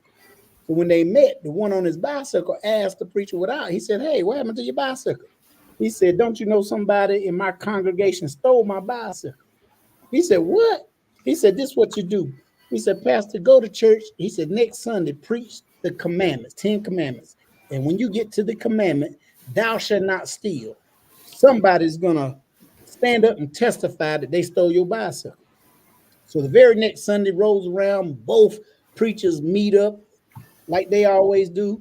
And the preacher didn't have his bicycle, had his bicycle. So the pastor was like, hey, he said, you got your bicycle back? He said, yeah. He said, did you do what I say? Did you preach the 10 commandments? He said, yeah. He said, but when I got down to the commandment, thou shalt not commit adultery, I remember where I left my bicycle. So when I start off with that, it warms up the Christians. It warms them up a little bit, and then I go to cussing. Must have been a Baptist preacher. Right. I'm Southern Baptist, so I could say that. Or either Pentecostal. Anyway, but so yeah. you said you made me think about something. You said you worked in Raleigh. Did you ever meet John Boy and Billy? No, I haven't. I know some people that been on their shows and stuff, but I never have. No. Man, me and my buddy Catfish, you heard me talk about him earlier. Mm-hmm. We were on their little quiz that they have in the mornings, and I got to talk to Miss Jack. I don't know if you probably know who I'm talking about, Miss Jackie. And dude, she's a sweetheart. She really is. But talking to Johnny, I was on John Boy's team, and I heard that John Boy's retiring now, so we're getting a lot of reruns and part-time new episodes. But it just dawned on me. I was like, Raleigh, wait, that's what John Boy does. Let me ask you this: did any of y'all ever watch Lizard Lick towing on TV? Bubba did. I did. Okay, yeah, those guys are from here. I see them all the time. Lizard Lick. There is a little town here on the out. It's in Wake County, the county where Raleigh in. They have there's a spot there. It was all shot right there. But those guys are always downtown, and you see them and you be like, man, hey, there go Lizard Lick. You don't even call them by their damn name. Just hey, Lizard Lick. Call them by their name, but they'll answer. They will answer. They will answer to it. Hey, how you doing? They know their names. Yeah. Yeah. I would always laugh at that show, man, because I think what do they call it? Bo is their part of their lexicon, I guess. Hey, Bo. Oh, yeah. Every other word. I tell you what, Bo. A lot of those shows was full of shit. You just got licked, Bo. Especially, I'm gonna tell you, Duck Dynasty. I thought Duck Dynasty was the most bullshitest ass show I've ever seen. Duck Dynasty. All them brothers and all of them had the Amish beard and stuff and walked around. I'm sitting there like, you know what? I'd rather watch the Beverly Hillbillies than this shit. Duck Dynasty. Yeah. Oh, well, I know that the They're three good of us people, here. though. You were in law enforcement. I was in law enforcement. I was a corrections officer for 8 years. And He was a Turtle, babysitter. you know what? Y'all had it Everybody. rough. I was glad to be on the streets because when I started out as a deputy sheriff in Richmond, Virginia, in Richmond had Richmond Sheriff Office was the largest. They basically had the largest prison or jail in the state, right? And I'm gonna tell you, women prisoners are worse than guys. My Women, man, camera's acting funny. I done Hang on. had women. I done had women in prison tell me, they're like, "Hey, I'm gonna take your girlfriend from you," and I'm like, "What? You gonna do what?" "Yeah, I'm gonna stroke her good." I'm like, "You ain't got no dick. How you gonna stroke somebody?" She said, "This tongue, motherfucker." Ah. And I'm sitting there looking at her, and I mean, Yeah, that's better. I'm like, this girl crazy. But they were like that. They were like that. They were talk junk and they were nasty. Oh my gosh. You thought they'd be sitting there, they'll drop their pants down, take a shit right in front of Yeah. you like it won't nothing. You know, I was like, am I supposed to be seeing this? I'm like, I got to go. I see. And they nasty. I was blessed. I was blessed to be raised in the family that we were very sarcastic people. We come from, you know, my camera's acting funny. I don't know what's going on with it. That's okay. We didn't want to look at you anyways. I'm saying I done broke the camera, my ugly. So Looks like it's trying to melt. I need to get one of those camera pods I can set over here and not have to worry about Best Buy, being $40 right in front of USB. Okay. Okay. I was going to ask if you had one sitting around, but anyway. I do. Turtle is actually 15 minutes away from me to the east. Oh, okay. 15, maybe 20, depends on traffic. That way. But what was I saying? Oh, working in corrections, I had one dude call my last. "Hey, Autry." "Yeah, man." Look in the window. I worked at a high max prison. Looked in the window. "What's going on, man?" "I'm gonna cut," holding his arm out like this. I look up and go, "Well, it's down the road, not across the street. Just remember that." And I'd walk away. You want to play stupid games? You can play stupid games. I'm not the one to play with. I'd walk away.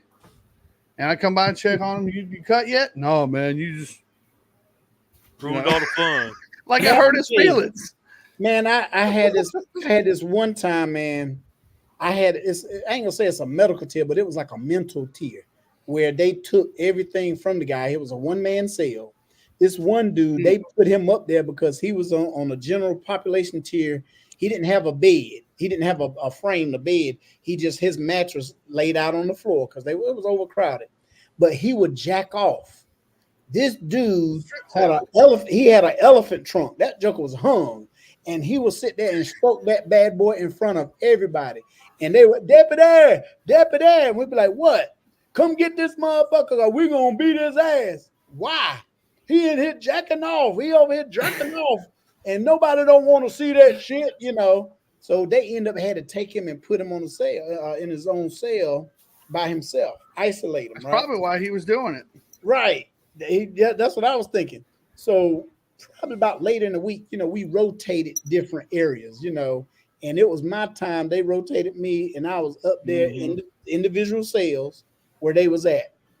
When I walked up in there, he was in the first cell, going at it, just going at it. And then he was doing it so much, lunchtime came.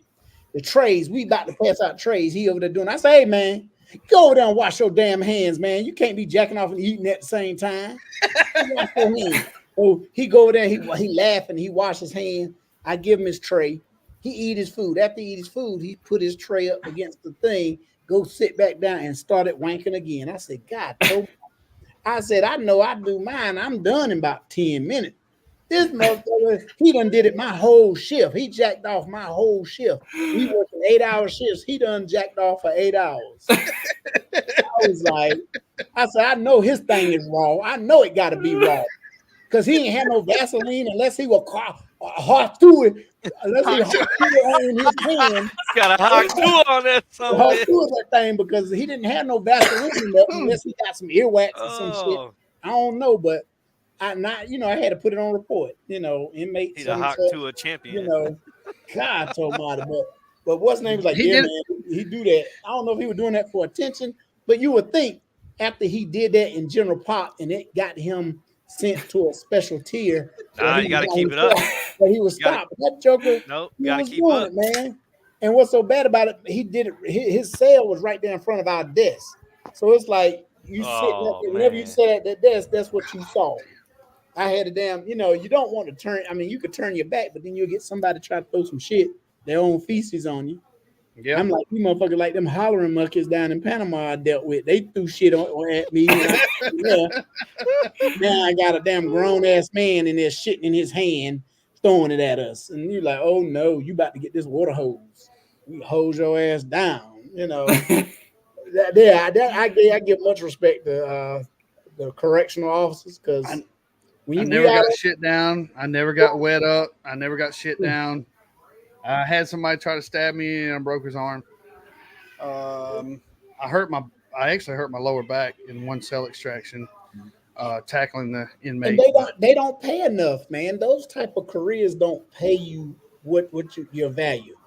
And that's what kind of pissed me off when I see these NFL, NBA basketball players talking about, I got to feed my family.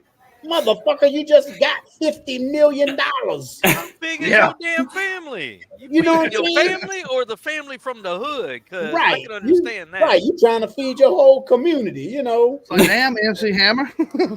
Yeah, you Good trying to give Lord. everybody a damn job. I was like, I mean, I'm all for it, but good right. Lord. Man, shit, my family will be good. It's funny because me and my sister was talking, and she said, if you won the lottery, say you won $250 million, Mm, how mm, much mm. would what family members would you pay? I said, let's see, my daddy's still living. I said, you and my other sister. I said, I would put like a trust for my niece and nephew.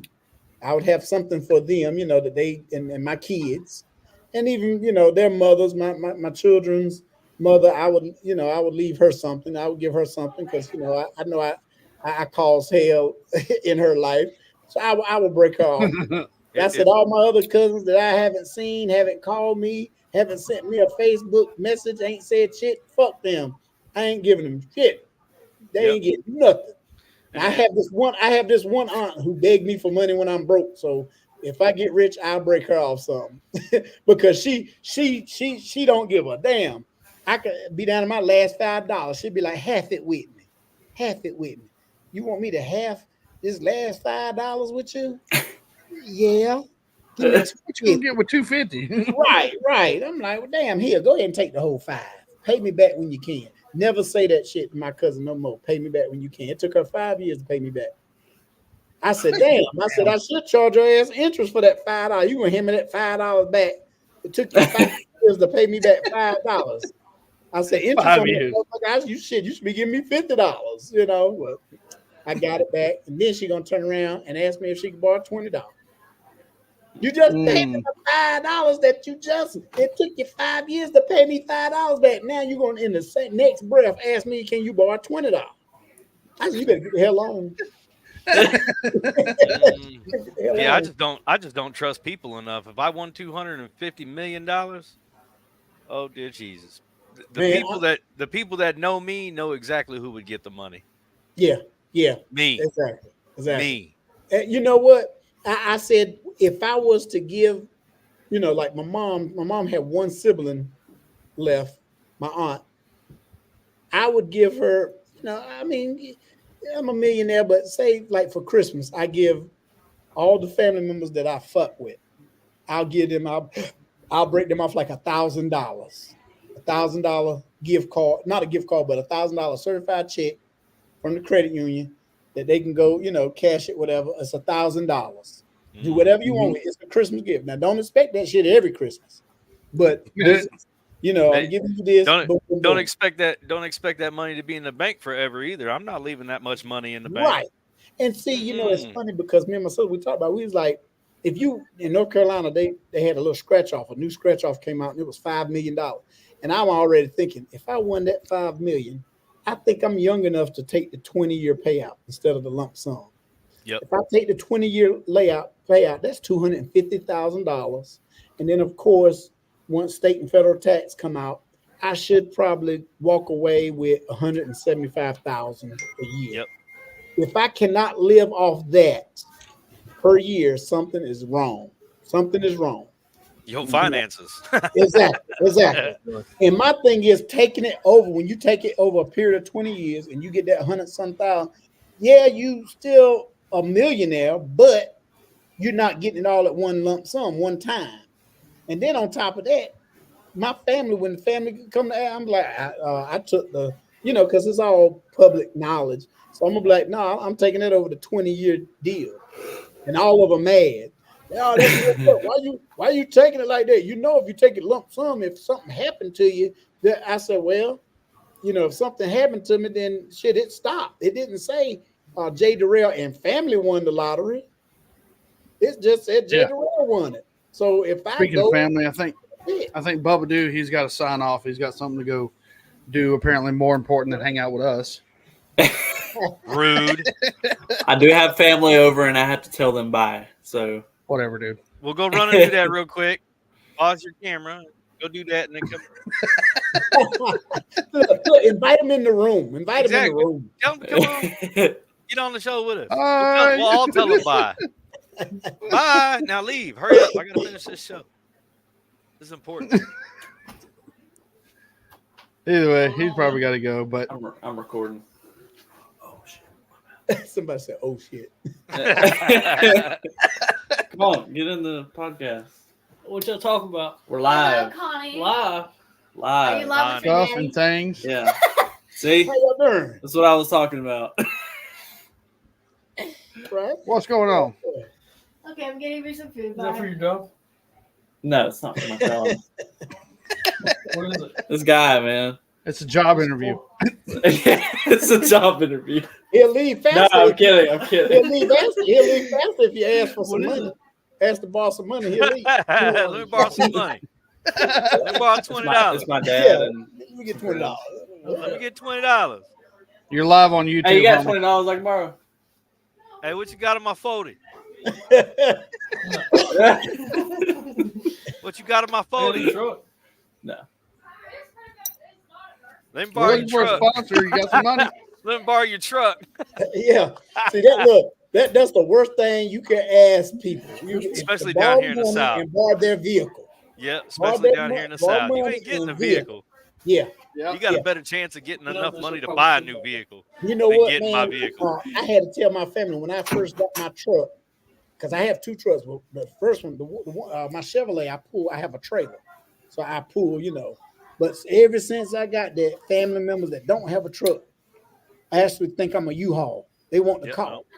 I had to start putting prices to their ass. I was like, well, I got to charge because my time $50. is not free, and then you're gonna want me to help tote shit to pack up my trailer, and then you want me to unload my trailer. Don't come here talking about I'll fill up your gas tank. Well, it's gonna take a couple of $100 to fill up my gas tank. And my cousin talking about there ain't no gas. Well, you ain't driving no 18-wheeler. Your tank don't no 200 gallons, and it don't take no $200. I said, well, I get you know what? Then try your luck with U-Haul filling that damn thing up and shit. You won't use my truck. You gotta tell people, man. People will. That's why I told them. I said my car is not yellow. It is not a taxi cab. And then years later they come out with this Uber and Lyft shit. I said, ain't that something? Ain't that something? Well, Mr. Derrel, it was nice meeting you. Yes, I hope we can have you on again. Definitely. Let me know. Let me know. Oh yeah, you're more than welcome to come on. Oh yeah. You going to bounce, Bubba? Yeah, I'm gonna bounce. You don't want to. Love y'all. All right, man. Have a Hey, good man, day. love you. Love Later, you. Oh man. Speaking of, I want to mention this before we get out of here. I know we went a little long, and thank you for everybody that joined in the chats. Manatee Girl, I saw Mr. Will Craig in here earlier. I don't know if he still is. I saw Deadleg was in here earlier. Yeah, Deadleg was in here. Do what, Jay? I said, Carl yeah, I was thought in I there. saw Deadleg in there. Yeah. I don't know if he's still in there. Turtle, you want to do the Operation Tackle Box? Sure, why not? Operation Tackle Box is a 501c nonprofit organization out of Sonoa, Georgia. They they're centered around fishing expeditions for combat veterans that have dealing with heavy PTSD, anxiety, stuff like that. It was started by a buddy of mine, Jacob Watkins, former Army. He was a lightning bolt carrier for those that know what that is. Um, and when he came back, he didn't have a purpose. He just felt like he was useless as a human being because his job, his expertise wasn't available in the civilian world. So he started going fishing. That was always his comfort, um, his comfort area, his safe place, his relaxation, his paradise. And so he would go fishing, and he realized how much it helped him. So he wanted to help other veterans. So he started Operation Tackle Box, and he takes veterans out on fishing trips and gives them rod and reel, tackle box with tackle in it, and then obviously a T-shirt and a hat from OTB at no charge to the veteran. It doesn't cost the veteran anything to do it. It's just a free getaway for these veterans. They're also doing, as you can see, Bosco is showing the raffle that they're doing right now is for a UTV or a side by side or whatever people call them nowadays. They're doing a giveaway for that because they're building another project where they're doing overland stuff where they get out, and he's got a Toyota Tacoma. It's all decked out with a rooftop tent and everything. He takes people out on camping trips and off-roading trails and stuff. So he's working on that too. It's a really good organization, really good people that he's working with, and it's all done by donations. He puts on 2 or 3 events a month, and he's constantly trying to raise money for the organization so he can be able to provide these rods and reels to these veterans. I mean, like I said, everything that he gives away is all donation. Everything that gets donated to the organization, if it isn't needed to keep the organization running, goes back into buying more gear for these veterans. Gotcha. And maybe that might be something, man. I would love to Go put check together. it out. Do a comedy show. Do a comedy show. Raise some money that way too. Contact him. Jacob know. would love to work with you. Being a veteran yourself. Oh yeah. Yep. Yeah. That, and I can. I got Tansy. Tansy is a veteran as well. There you go. And I got him into comedy, so he's working with me doing some comedy. There we go. Got him doing it. So yeah, that would be something I love fishing too. I'm a fisherman. I love fishing too. So Well, get up with him. He'll take you out fishing. that would be cool. Okay. Yeah. I like that. Operation Tackle Box. That sounds cool there. That's still cool. I like that. My Operation Tackle Box hat is actually over there in my room on my dresser. Most of the time I'll try to wear it. Mine's sitting on my hat chair. Okay. We got a big office chair that I just throw hats on. Which one do I want to wear today? But the talk about the UTV raffle, it's $10 a ticket. You can purchase as many tickets as you wish. The more you buy, the bigger chance you have to win. They want to buy 22 plus acres of land in Greenville, Georgia, the outdoor getaway for veterans in need. If you're anything like me, I've done a lot of off-roading, wheeling, growing up, and even in the Jeep. It is fun. There's something therapeutic about just riding through the woods, riding up a mountain, off in the woods somewhere, kind of getting lost on a trail and just riding around and setting up camp. Now, how Operation Tackle Box, I don't know if they do it that way, but from my experience, that's the only way I could talk about it. But they do, I know some veterans, obviously, Jay here and Turtle and Tansy and my son who's still in the Army, Aaron, which I started to give him a shout out every episode. He's been deployed.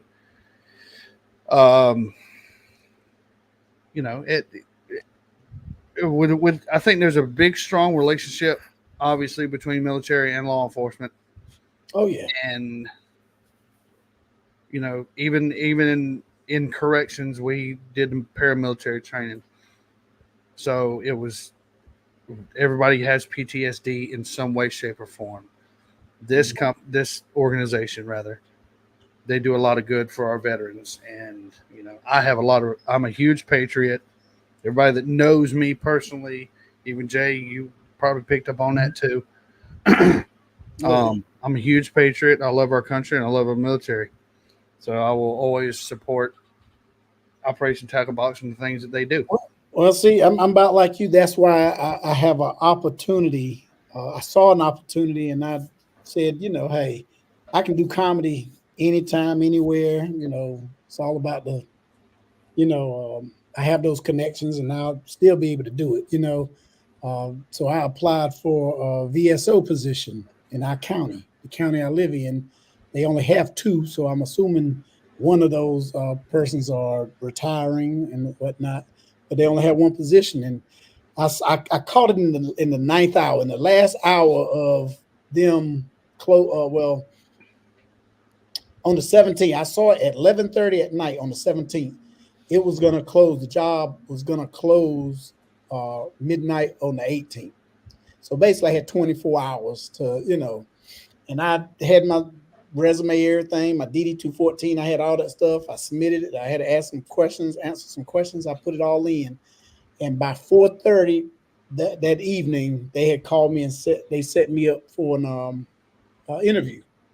And I'm like, damn, that was fast. Because in their description, they was like, we'll email you further.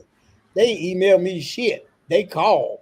And I was like, and other people was like, well, damn. They said your resume must be impressive. I said, well, yeah, I've done some shit. I was like, yeah, I've done some shit. I have. I ain't gonna lie. I've been somewhere. Right. I was like, I got some stuff, law enforcement and military. So, and so I'm excited. Next Wednesday, I have my appointment, and I interview pretty well, especially like when I was in the military. I used to max out the boards, soldier of the month boards, with the airborne school boards. I mean, air assault school board, whatever we had.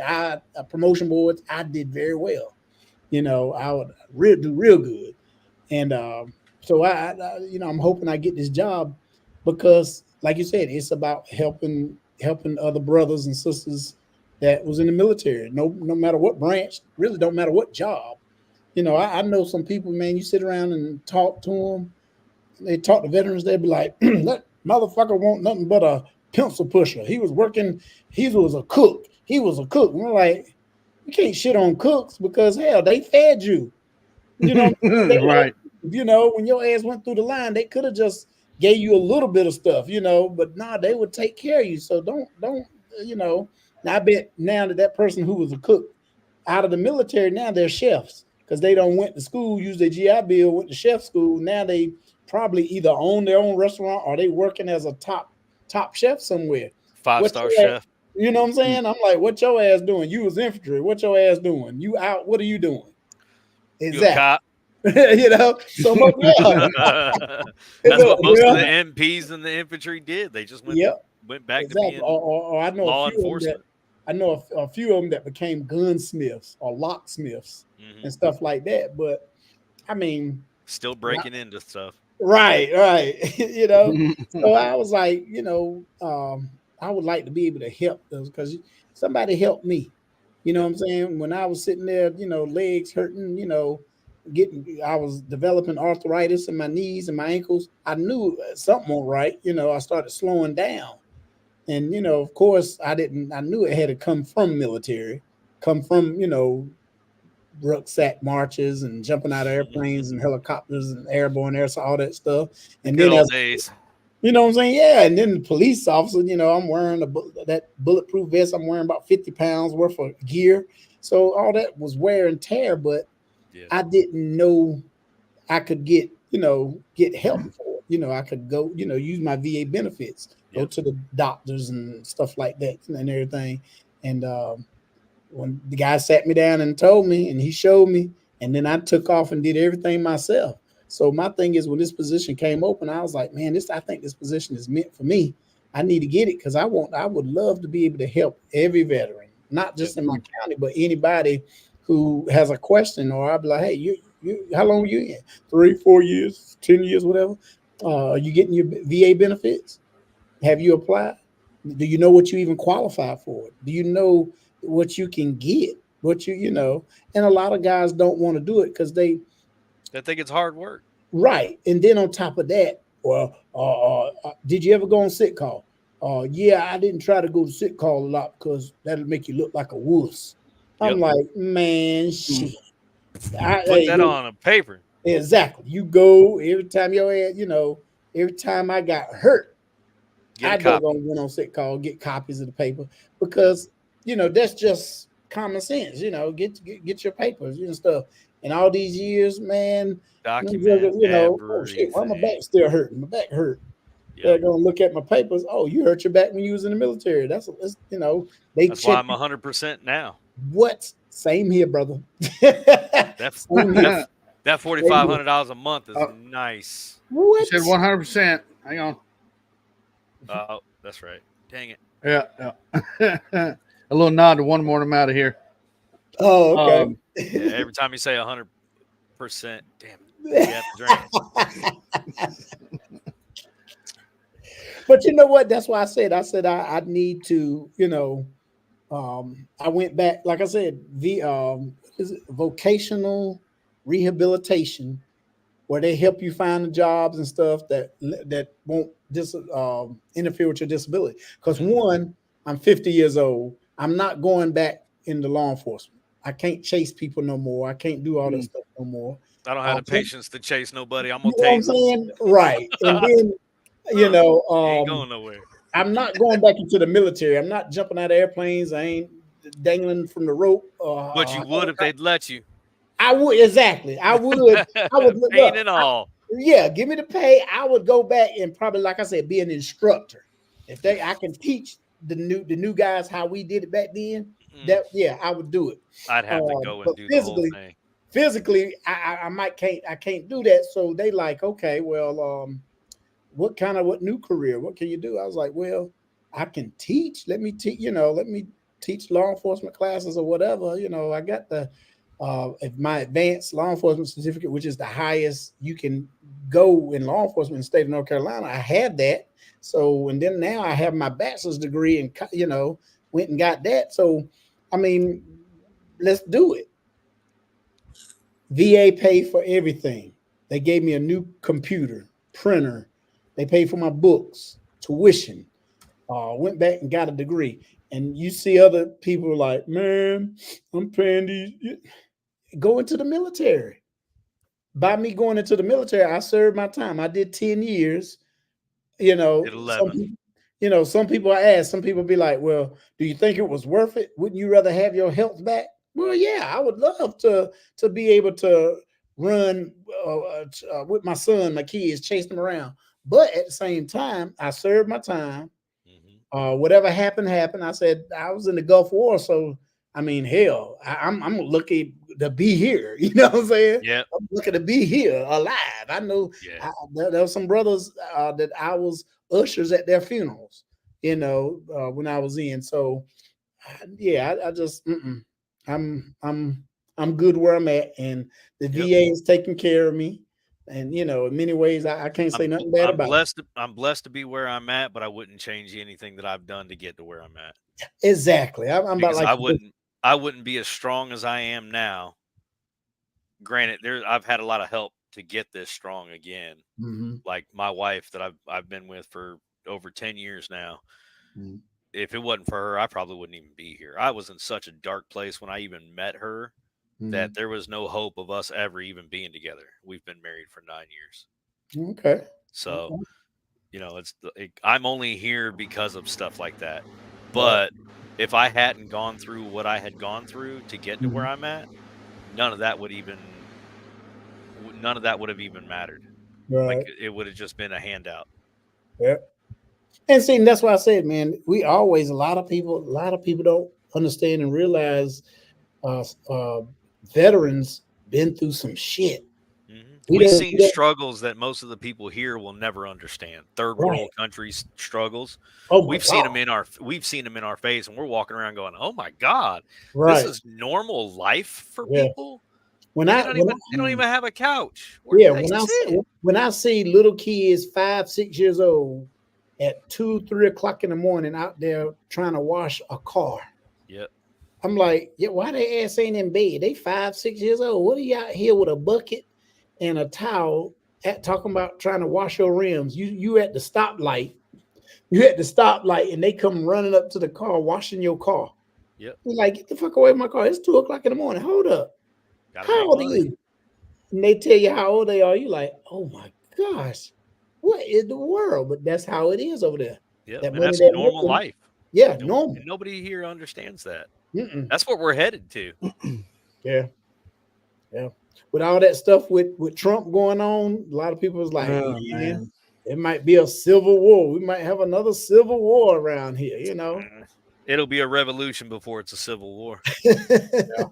Yeah. It might start out as a civil war, but civil wars are politically motivated. Revolutions are publicly motivated.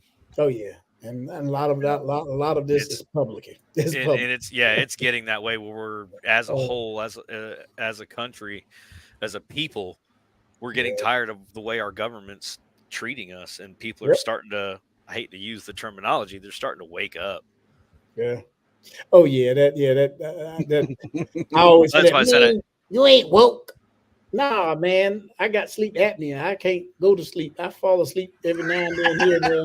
I didn't I fall asleep and stop breathing. So yeah. Right. So no, I'm not woke. It's crazy. I fall asleep playing this PlayStation. Ask him. Bosco, wake up. Bosco, wake up. All right, man. I'll see you tomorrow. Look, what do y'all play? Call of Duty? No, not anymore. Oh, okay. Not anymore. Mostly GTA 5 and the Division 2. Tom Clancy's the Division 2. Oh, okay. Okay. But mostly lately it's just been GTA just because we're just playing around. We're just tired of playing war games.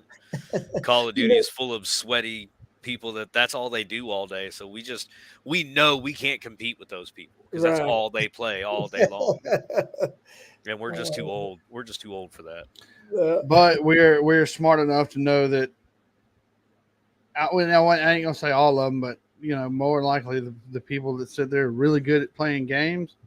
It's like, well, I wonder what they can do in real life scenarios. Right. Well, I know when I was getting out. Well, I'll take it back. I was range control. My last 3 years, I worked on a quartermaster post. I was range control. It was only 5 of us that was infantry, and we ran the towers and the targets and stuff. Whenever we were doing PMI, teaching them how to zero their weapons and all that stuff, we actually had a Nintendo. They had a Nintendo system with the gun connected to it. And that was, they would have to zero. That was some of the practice. Now, we actually took them out on the range and, they zeroed their weapon there. But for the classroom portion and part, they had to do that. We had the old ass zero machine. That shit was old. I swear they used that back in the 70s. And we was like, we still had them. A couple of them was operational. And we still did that. The big air rifle version. Yeah. So I want to get one of those because I know where one's for sale and it's got all the attachable weapons. Oh wow! Yeah, man. But yeah, go ahead. Sorry. But it brings back memories, don't it? Yeah, that's why I was like, I know where I can get one, but I don't have $7,000. I know, right? That daggone they had the Nintendo one, and I was like, man, I ain't have this. We didn't do this when I went through basic training and AIT, none of that. But there's the bullets. Don't kill yourself. Right. That's what they was training with. And then, after we did that, we took them out there. They zeroed the weapon. Then we put them on the line to qualify and stuff. But, it's just, those people, a lot of people that play those games that play, like you said, that's all they do. They play that thing in and out. But you wonder if they could actually do that in real life, real time. 90% of them, no. About 10% of them, yes, they understand Yeah. the tactics. They understand the methods that they Yeah. use. I mean, you can see it in some of the way I that think too, like you said, on the game, they'll take more risk because what you giving it's a 3 game. lives? Yeah, it's Yeah. a game. You Well, have it's 3 lives. yeah, You up auto in front of a hand respawns grenade and to get shit. shot. Yeah. Oh, I got to start over. Not in real Yeah. life, your ass Nope. don't start over. I can remember. Where I can where people remember like being. us, we don't take those risks because we know what the consequence is. We know that death Exactly. isn't a respawn. Yeah. Right, right. You ain't no cat. You ain't got 9 I can lives. remember when I first started playing Call of Duty. I was playing. It was before me and Turtle played, but I would go to my buddy's house and play. 2-player with him, Mhm. and I mean he had a big setup, huge TV. So, and he would laugh at me, man. He's like, "Dude, you clear?" Could we go in these little buildings or whatever on the game? Hmm. And man, you clear a house like a cop. And I was like, really? I mean, because even though it's corrections, I did extra training, did Right. all the extra stuff like that. That I actually interviewed for a local sheriff's department here in the county I live in Peach County, and the sheriff of the county, came to me with my folder with my post record and said, "I can't afford you. You're overqualified to work in our jail." And I was like, "Dude, all I want's a charger and a gun. Come on, man." Right. I Just give ain't me a hot rod Dodge and a gun, and asking I'll for be per happy. diem. Yeah, I You mean, know. he literally put it. You're overqualified to work on jail. And I was like, I'm sorry, I don't know what to do with that Yeah. because I did. I didn't. I wasn't just a corrections officer just sitting there on my butt counting inmates. One, two, because one, it's hard. I had to take my boots off to count. Once I ran out of fingers, but And the crazy thing is, people. I'd rather hire somebody who's overqualified than underqualified. I mean, it yeah, just make better sense. I mean, if he wants the job, now, yeah, I'll let him know that. Hey, on paper here, everything that you have on your resume, and then in this interview, I'm talking. It sounds like this job might not be for you because you overqualified.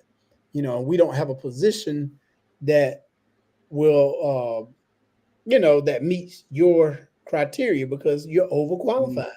You sitting here, this is a position for a high school diploma, and here you are with a PhD. But if you want the job now, you want it, and you want the track, then we'll give it to you. I mean Hey, that. but I don't He want was to hear like, you "You're." 3 months later talking about, man, this job ain't shit, man. There, this is for kids. Your ass said we told you was overqualified in the beginning, but you wanted the job. And he was Yeah, like, "Well, you're qualified to work in our jail, but we can't put you on the road automatically." I'm like, "Okay," and I was like, "That's why I did all the extra training. That's why I did security threat group training. That's why I did all the foreign domestic terrorism training. That's why I did all the extra. We ain't got to go down the whole list, but those are my highlights that I really enjoyed doing those trainings in. That's why I always shoot for those first, or mention them first, but."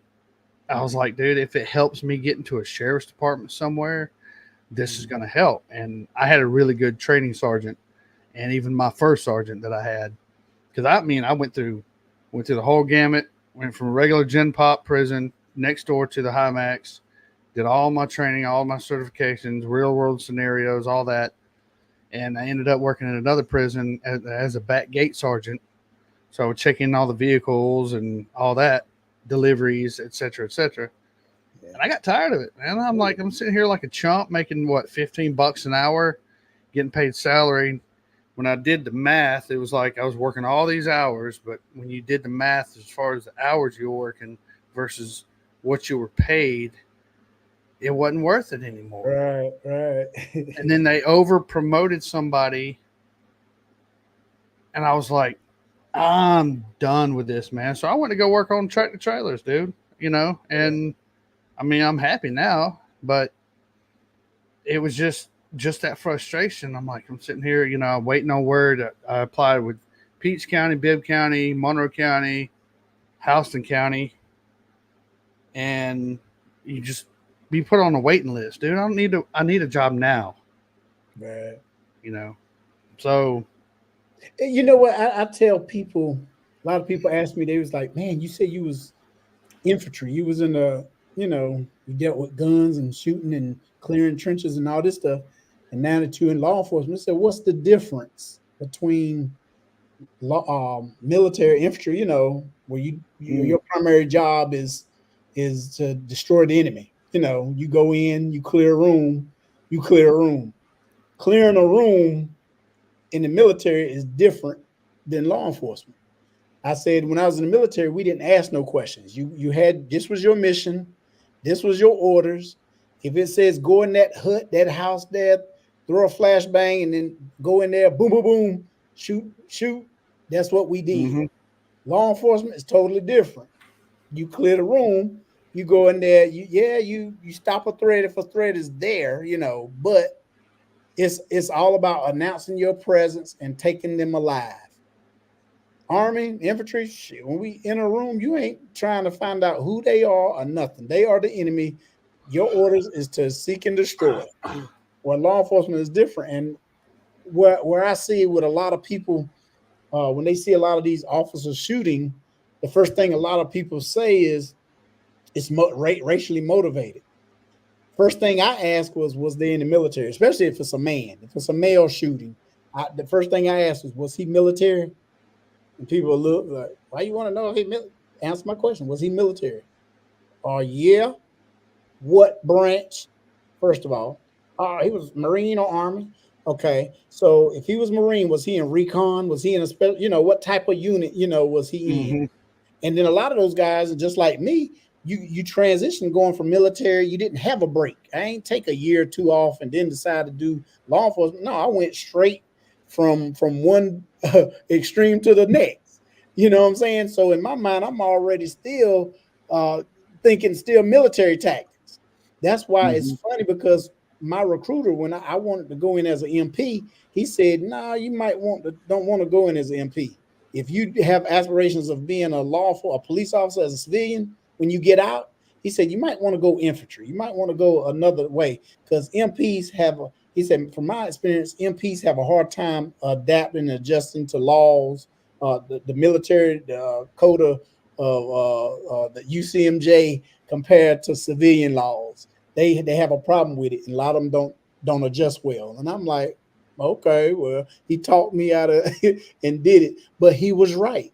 All these years later, I think about it, he's right because all the guys I know that I had, especially one, we was in the same unit. He was MP when he came out, and we was he changed MOSs, came over. We spent probably about 2 years together, but he was an MP prior to that. And when he retired, he became a police officer in one of the towns right beside Fort Bragg, Spring Hope, Spring Lake, town of Spring Lake. And next thing I know, he was on the news for killing the dude. He was abusing people. He was just, again, his head won't right. He won't right. And he even said, yeah, his way of thinking, he was like, oh yeah, it didn't go well with him. It did not go well with him. So I see, even though I've been out of corrections and all that, which we're all about security. I have a hard time sometimes, even at work. I got padlocks on both of my entry doors going into the shop at the ice plant that I work at, and we're in a bad part of Macon.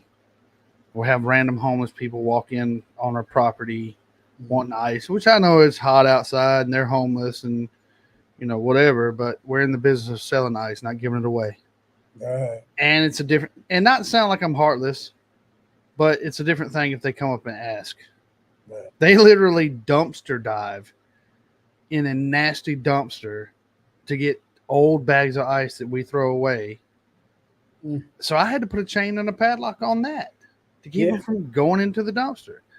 So, and at the same time, it's still a struggle, even though I left there in 2018. And so do the math, was that 6 years?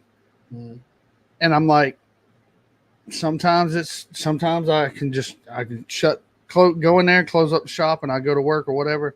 And then sometimes when I got the bay door open, I look out there and I see him walking around. I'm like, man, I got to go out here and yell at this guy some old homeless man, and I had to run 3 of them off the other day, and one of them was carrying a pipe, and I told him, I said, look, I'm trying to stop you from you hurting yourself. One, I know you want ice. And he started yelling and cussing. I said, look here, man, if you hit me with that pipe, I said, I really don't want to beat an old man's ass.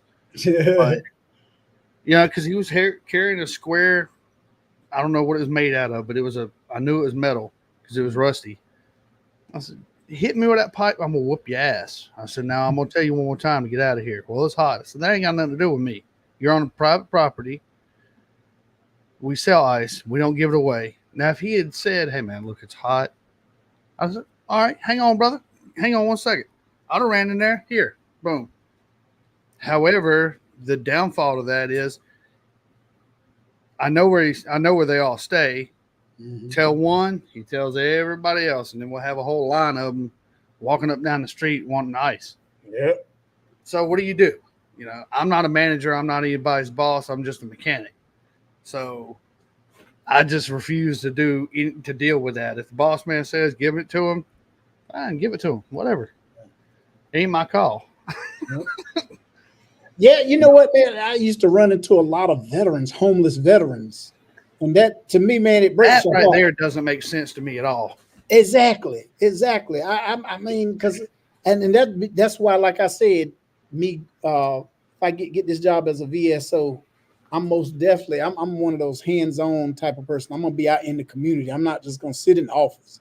I'm going to go places, and if I see somebody with a Vietnam hat on or, I served, I'm going to ask them questions. I'm going to talk to them and ask them, are they getting their benefits? Because some of them don't know. I'm going to visit the American Legions and the DVAs and everywhere, and ask, you got to ask that question because, you got like I said, when you said dude had a duffel bag. When I saw that duffel bag, I was like, he was in the military. He was in because the type of duffel bag it was. It was one of them old school duffel bags. And when I stopped and he went through it, don't you know, this man pulled out his his honorable discharge. He still had that in there, had a picture of his family. He ended up losing his wife and kids. He said, I got, I did drugs and drank, and I lost my family, and I'm out here, I'm homeless. Everything I got in this duffel bag is what I got.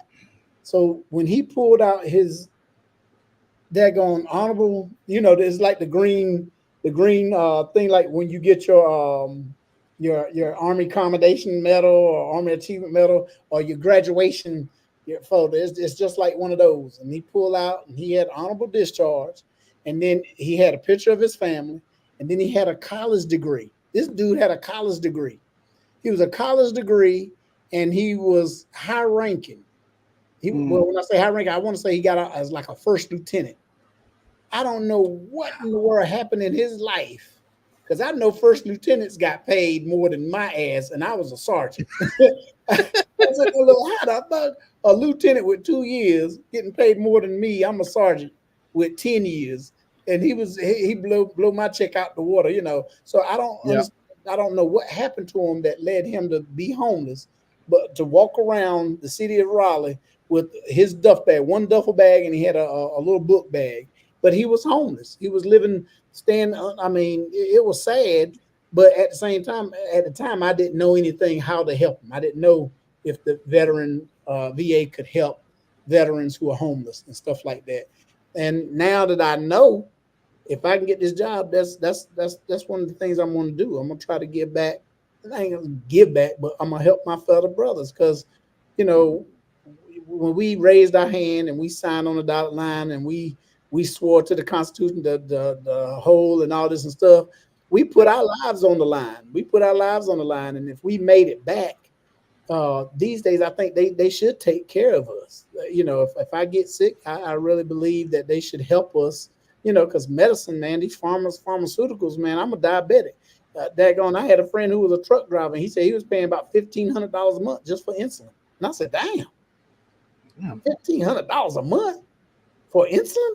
Yep, and that was the cheap shit. I was like, wow. That don't make any damn sense. Right. It's just, just like My brother and sister's dad, he served in the Gulf War, and he was in the Air Force. And I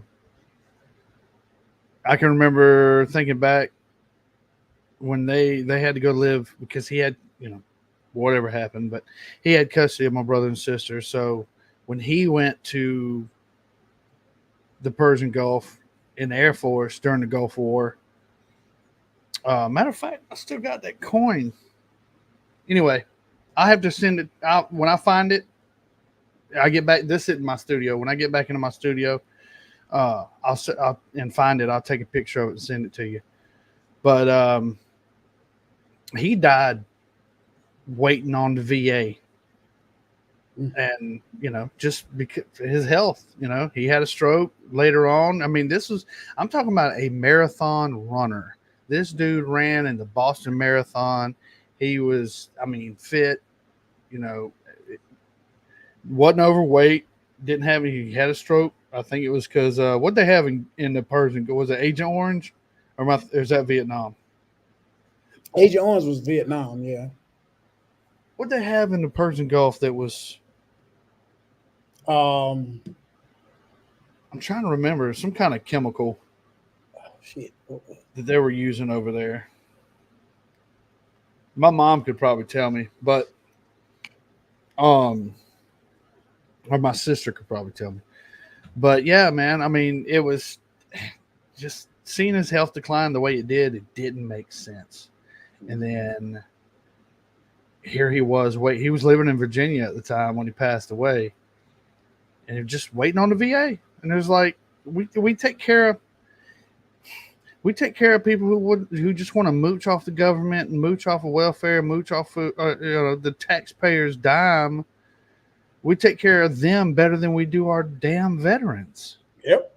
And it doesn't make sense. And that's honestly, my mom kept me from going to the military. She said when I hit the age, that's when in 98, when Saddam Hussein started his ruckus again, she said, "You join the military, I'll break your legs while you're asleep." I was like, okay, I'll stay my ass right here then. They wasn't taking guys without GEDs anyway. I didn't get my GED till later, but she's like, she just didn't want me to go. And what can you say when your parents threaten you? Unless they did a draft, then at that time, but. You know what? Somebody said they was bringing the draft back. Y'all I heard that rumor too. Yeah. And my thing is with that, like I said, I have a son who next month will be 19, and he's in college. He's a sophomore in college. So my thing is, I don't want him to go. I really don't. I want him to go ahead and get his college education. Yeah. And be, because he's not a gun kid. Actually, me and my wife, we had shielded him away from guns. He was into fencing. He liked swords. Damn. He'll watch the Three Musketeers. You don't hear that, Eddie. That's awesome. Man, this fucker was 7 years old, between 5 and 7. His ass, we would go to watch a Marvel film. We go watch Wolverine. He would go get some knives, go in the kitchen, get his mama knives, and tape them to his hands like they was Wolverine claws. Yeah. And he go jumping around, and I'm like, boy, you better go put them damn knives back up for your mama, whoop your ass, But that's how he was. Hey, look, yeah. He had to worry about no guns. He wasn't into no gunplay. He loved swords and stuff. And to this day, he's still like a sword. He liked swords. It didn't matter. I go to the state fair. You know how you win stuff?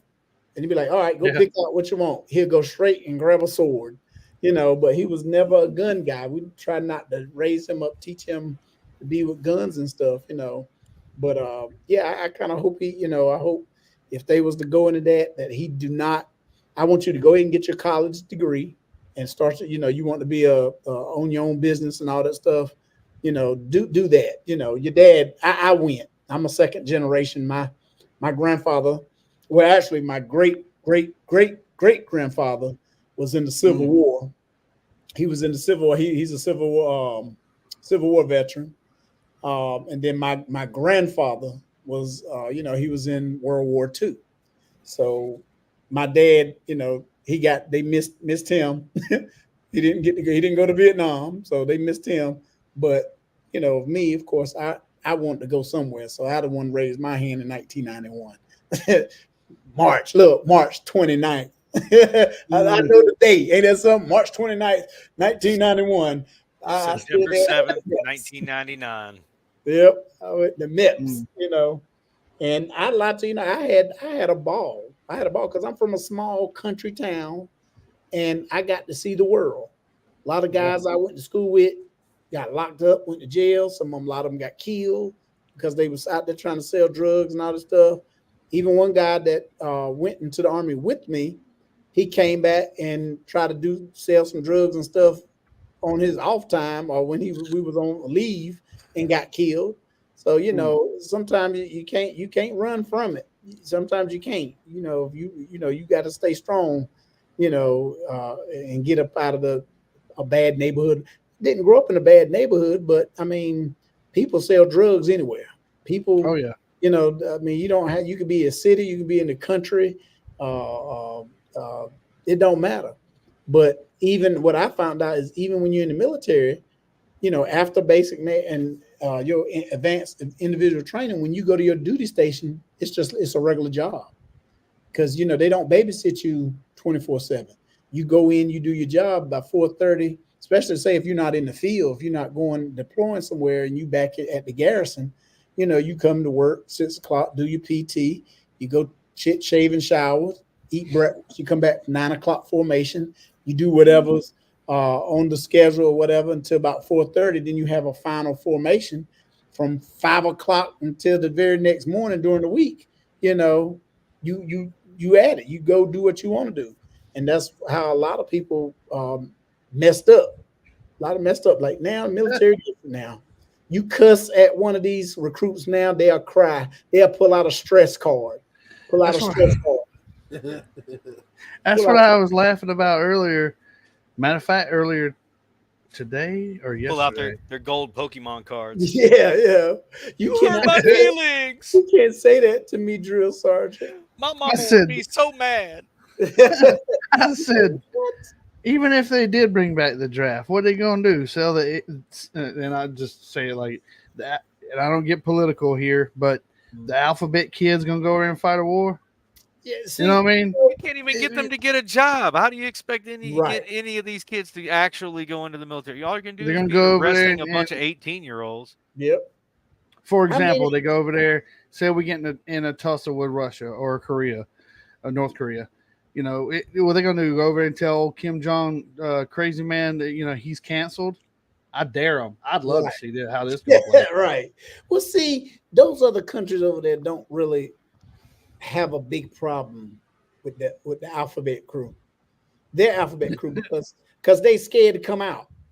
Mm-hmm. They scared to come out because some places, some countries, it's against the law. It's against the law, and they will kill you, or they were, it's a sin. Yeah, exactly. Yeah. There's some countries over in Africa that you bet they better not hint that you doing that. Hell, they again. There's a lot of countries that will flock you. The husband and his friends will beat the woman ass, and the guys too if they get caught cheating.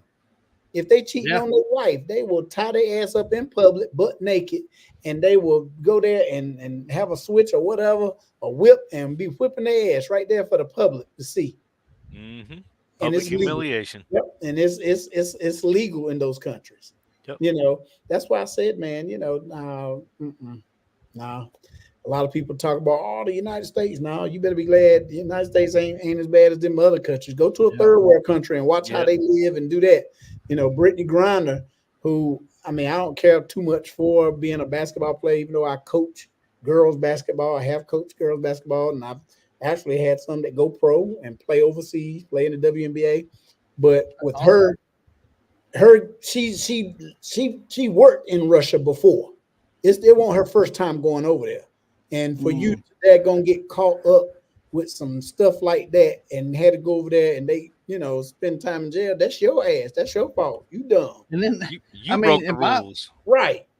Yeah. You How know? you gonna go? You gonna go to a different country and tell this man how? It's kind of like me walking to the turtle's house, tell him how to run his house. That ain't my place. Yeah. You don't go over to Russia and tell Putin how to run his place. Right. That's his place. But see, don't sit here. How they say don't bite the hand that feeds you either. So how you gonna sit here and talk shit about the United States, our country, and this and that, and then when your ass get over there, you begging and crying for the same country that you talk shit about. You want them to negotiate or do somehow to bring you home. Yep. You want to kneel for the anthem and stand on the flag, but then when you get in trouble outside of here, you want to ask for our help again. Right. No. Oh yeah. No. I still haven't heard her apologize to the flag, to the United States. I still haven't heard her apologize. You're not going to. She has a book written out, but I refuse to buy that motherfucker. And I love buying books. I love reading and I love buying books. I will not buy her shit. I don't give a damn. I won't even listen to the audiobook. You know what I'm saying? I was like, nope. Even if somebody else paid for it. That's why I was like, nah, I can't do it.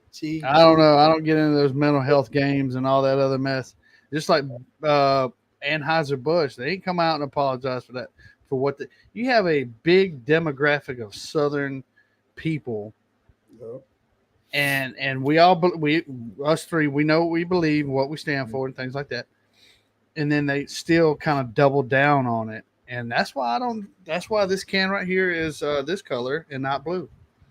So it's like, all right, y'all want to play those games? Then you can have at it. You don't need my money. Right. I'll spend my money somewhere else. But yeah, but I don't subject or bow down. I don't know where these people run into the alphabet people, where they say I'm a they, them, or he, she. Clearly you got a full ass beard, mustache, and you were talking about I'm a he, she, or she, her, or however they say it. Yeah, I've never. Yeah, those dude. I will call you a dude if you look like a dude, even if you're a lady that looks like a dude. If you tell me ahead of time, if you tell me ahead of time, okay, I will try and respect that. But you can't get mad at me for being normal. Right. Yeah. And you know what? Now I be watching these videos on social media where a waiting staff, some waiter go up there and take an order from a female, but he looked like a dude, sound like a dude, but just because he done stuffed his bra, dressed like a woman, and put some lipstick on, he gets mad because the dude said, "Sir, I'm a ma'am. I'm not a sir. I'm not a sir." I'm sitting there, I haven't experienced that personally, so I'll just tell them straight up, look, man, I ain't playing your games. I don't want to hear that. I don't have to. You know what? That's just like pregnant women. I stopped telling women congratulations and ask I'm them. not pregnant. I'm just fat. Right. You need to fucking That's fix that tumor. shit. I had one lady, that's a You tumor. look like you got worms. Yeah, you got a tumor. I didn't know. Damn, tumor that big, why you damn, my bad. After that happened to me one time, when I see a woman with a big stomach, unless she comes out and talk about her baby or rubbing her stomach like she do, I do not say nothing until I know for a fact that she's pregnant. Because I did. I messed that up one time, thought the lady was pregnant. Hey, congratulations. You know what you're having? What you talking about? Surgery. I thought you was expecting. I'm sorry. Don't ask a dumbass question. Don't ask me, do you look like you pregnant? Yes, what I you asked do. You know what I'm saying? Do. Yeah. I wouldn't have said what I said if I didn't think you was. Yeah, I thought you did. My deepest apologies, but damn, lose the attitude before I get one. Exactly. Exactly. Yeah, yep. Get mad at I want to apologize, but once something like that, ma'am, I'm very sorry. Yep. Just tell him, Jay, I'm a famous comedian. I'll turn this into a national joke. Don't you know what I'm saying? Joke her ass in the label. Woman, keep going. We're gonna make both of us famous. Come on. You're giving me material. Oh yes, yes. That's funny. There's two people you don't mess with in life: the cook and the comedian. Yep. Don't do it. They'll tear you up inside out. Yep. So, And so do you have any stand up upcoming? I don't know where our viewers and listeners and all that those are, but you I have have any? They I fell asleep. actually have 2 shows coming up in August. One is for a Wake County retiree luncheon. It's the whole county, law enforcement officers in the county. They basically every year they have like a little reunion. And one of them reached out to me. I know him, and he was like, "Hey, I'm on the committee, and for entertainment, I was telling them, hey, we got one of our own that you know moved on into comedy and blah blah blah." And I was like, "Hell yeah, I'll do it." So I got booked for that. And then the next one is a military sorority. She the president of this sorority, she reached out to me and she hired me to do some jokes. They're having a like a gala, uh, um, but like a scholarship. They're doing like it's a military scholarship that they offer to children of military veterans. You know, but it's a military, a female military sorority. Let me see if I can find the name of it. But oh, I got somebody here asking me. Okay, cool. Look, we're talking about it. I got Jacksonville down in Jacksonville, North Carolina, near the Mm-hmm. Marine base. I just got a text now. A guy asking me if I'm still interested in performing there at the Playhouse. They got a new comedy club down there called the Called the Playhouse. Playhouse. Yep. Yeah, yeah. So Nice. I got to text him. He just texted me, or whoever it is, text me. So I'm gonna text them back and be like, hell yeah. Let me know when you're gonna be there. I'll try and get some people to come see you. Okay, I got cool, I cool. got quite a few brothers up there. Oh, okay, okay. Yeah, man. But other Actually, my than that, nephew's up there. oh, okay, yeah, yeah. I'm only a couple hours away from there. Yes, I sir. used to. I wanted to be a Marine. I wanted me and my Don't best we friend. all? Look, me and my friend was in line. I'm serious. When I say Marines, I go back to daggone you. I used to always watch Gomer Pyle. Mm. Gomer Pyle. I was a Gomer Pyle fan. I was a what's my damn it what's the one with Private Pyle? Oh, Arlie Ermy. Yes. You know, Oh yeah, yeah. I'm gonna tell you. Charlie Ermy. I can tell you a story about that. I didn't get to meet him, but I my roommate and I messed with these girls that was in the Navy, and that was her adoptive father. Her father, Oh he Lord. adopted her. She was like, she was I want to say she was Asian. She was Asian. Hmm. So when we was in her barracks, in her dorms, and we looking at pictures, and I saw him. I said, "Hey, that's drill sergeant. That's the drill sergeant for Sunshine." She said he was a real Marine. I said, Yeah. "What?" She said Yep. he was a real drill instructor. He was a And staff da, da, sergeant. da. I said, "How you know all that?" She said, "Well, that's my dad." I said, "Your dad?" He said, "Well, I'm adopted." He died. I said, "Oh." Yep. I said that. Yeah. I said I that got to makes meet sense. him and Carlos Hathcock. Oh wow. Mm. Man, see, that's why I said, that right there was, yeah, that was, it was great because I was like, man, he was a real Marine, and that's what I wanted to be. Me and my best friend. I mean, I wanted to be on the drill team. I saw how they twirl rifles and all that stuff, the uniforms, everything. But then he showed me the video of them pushing these guys in an Olympic-sized pool, blindfold, and I said, oh hell no. I said, I can't swim. I said, they ain't about to push my ass in the water. I'm drowning. Fuck that. Yeah. I don't know. That scared me. Yeah. And the army, You don't even have to go through that training. and the army, That's not look, basic training. the army recruiter was standing beside and he overheard me and my best friend and heard that. And he said, hey, come on over here. We don't make you swim and blah, blah, blah. He signed me up for all the bullshit, the Ranger and Airborne Air Assault, signed me up for all that. Oh, you ain't got to swim. Bullshit. I didn't even make it through Ranger school because I had to swim. Yep. That's what I failed. I kept failing. I was like, well, fuck it, I can't swim. And the army dude, he screwed me over. He got, to get his numbers. And my best friend went on into the Marines. And He just said, I went on. Yeah, he got me. I said, "Damn it, he got me." That's it. he had his foot up on the desk and everything. He was like, "Yeah, I Yeah. got this guy." Look, he didn't even have to use no bait. That motherfucker Mm-mm. got me. He just dangled the shiny hook in your face. Right. That's Look, it. look, look, That's look, it. look, I got money. He got Almost me got it. good. But yeah, You almost got it. yeah. But that's what I want to do, man. We was going, and my boy, he was infantry. He was infantry in the Marines, and that's what I wanted to do. I was gonna go Marines, you know. And when that jugger told me and showed us that video, I'm sitting there looking. I was like, what? Oh hell no! That's That that's changed my. beyond level 4. That's beyond level 4 swim qual. You only have to do level 1, and that's just holding a pack and swimming across the pool. That's it. That's Uh, the hardest part. Shit, they look. The video I remember didn't show that. Yeah, no, of course they're I was not. They're like, going to show you the most hardcore, intense stuff that they can teach you. yep. But And that blindfolded, hands tied behind your back and feet uh, tied, that's like Force Recon Navy SEAL training. You're not doing yeah. that as a regular infantryman But in the Marine man, Corps. look, Nah. look, got into the army and end up they tried to do some training anyway in the water. Yep.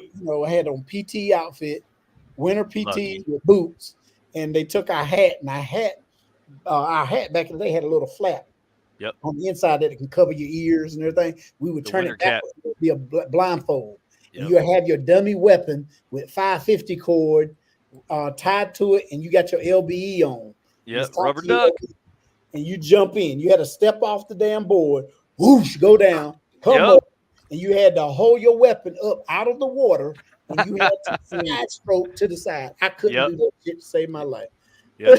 I was like, damn, I got these heavy ass boots and these damn cotton PTs on, and I got to keep my weapon up out the water. I can't swim, and you asking me to do this, Yep. man. I'm gonna die. And I'll almost guarantee you what stopped you, if you look back at it now, what stopped you is you panic. Yeah. You panic. That's why you can't swim in heavy boots and heavy clothes. And it really wasn't that heavy. You're in water. It's actually Man, lighter in water than it is outside of water. I had fifth group. I had special forces try to train me out in the ocean how to swim.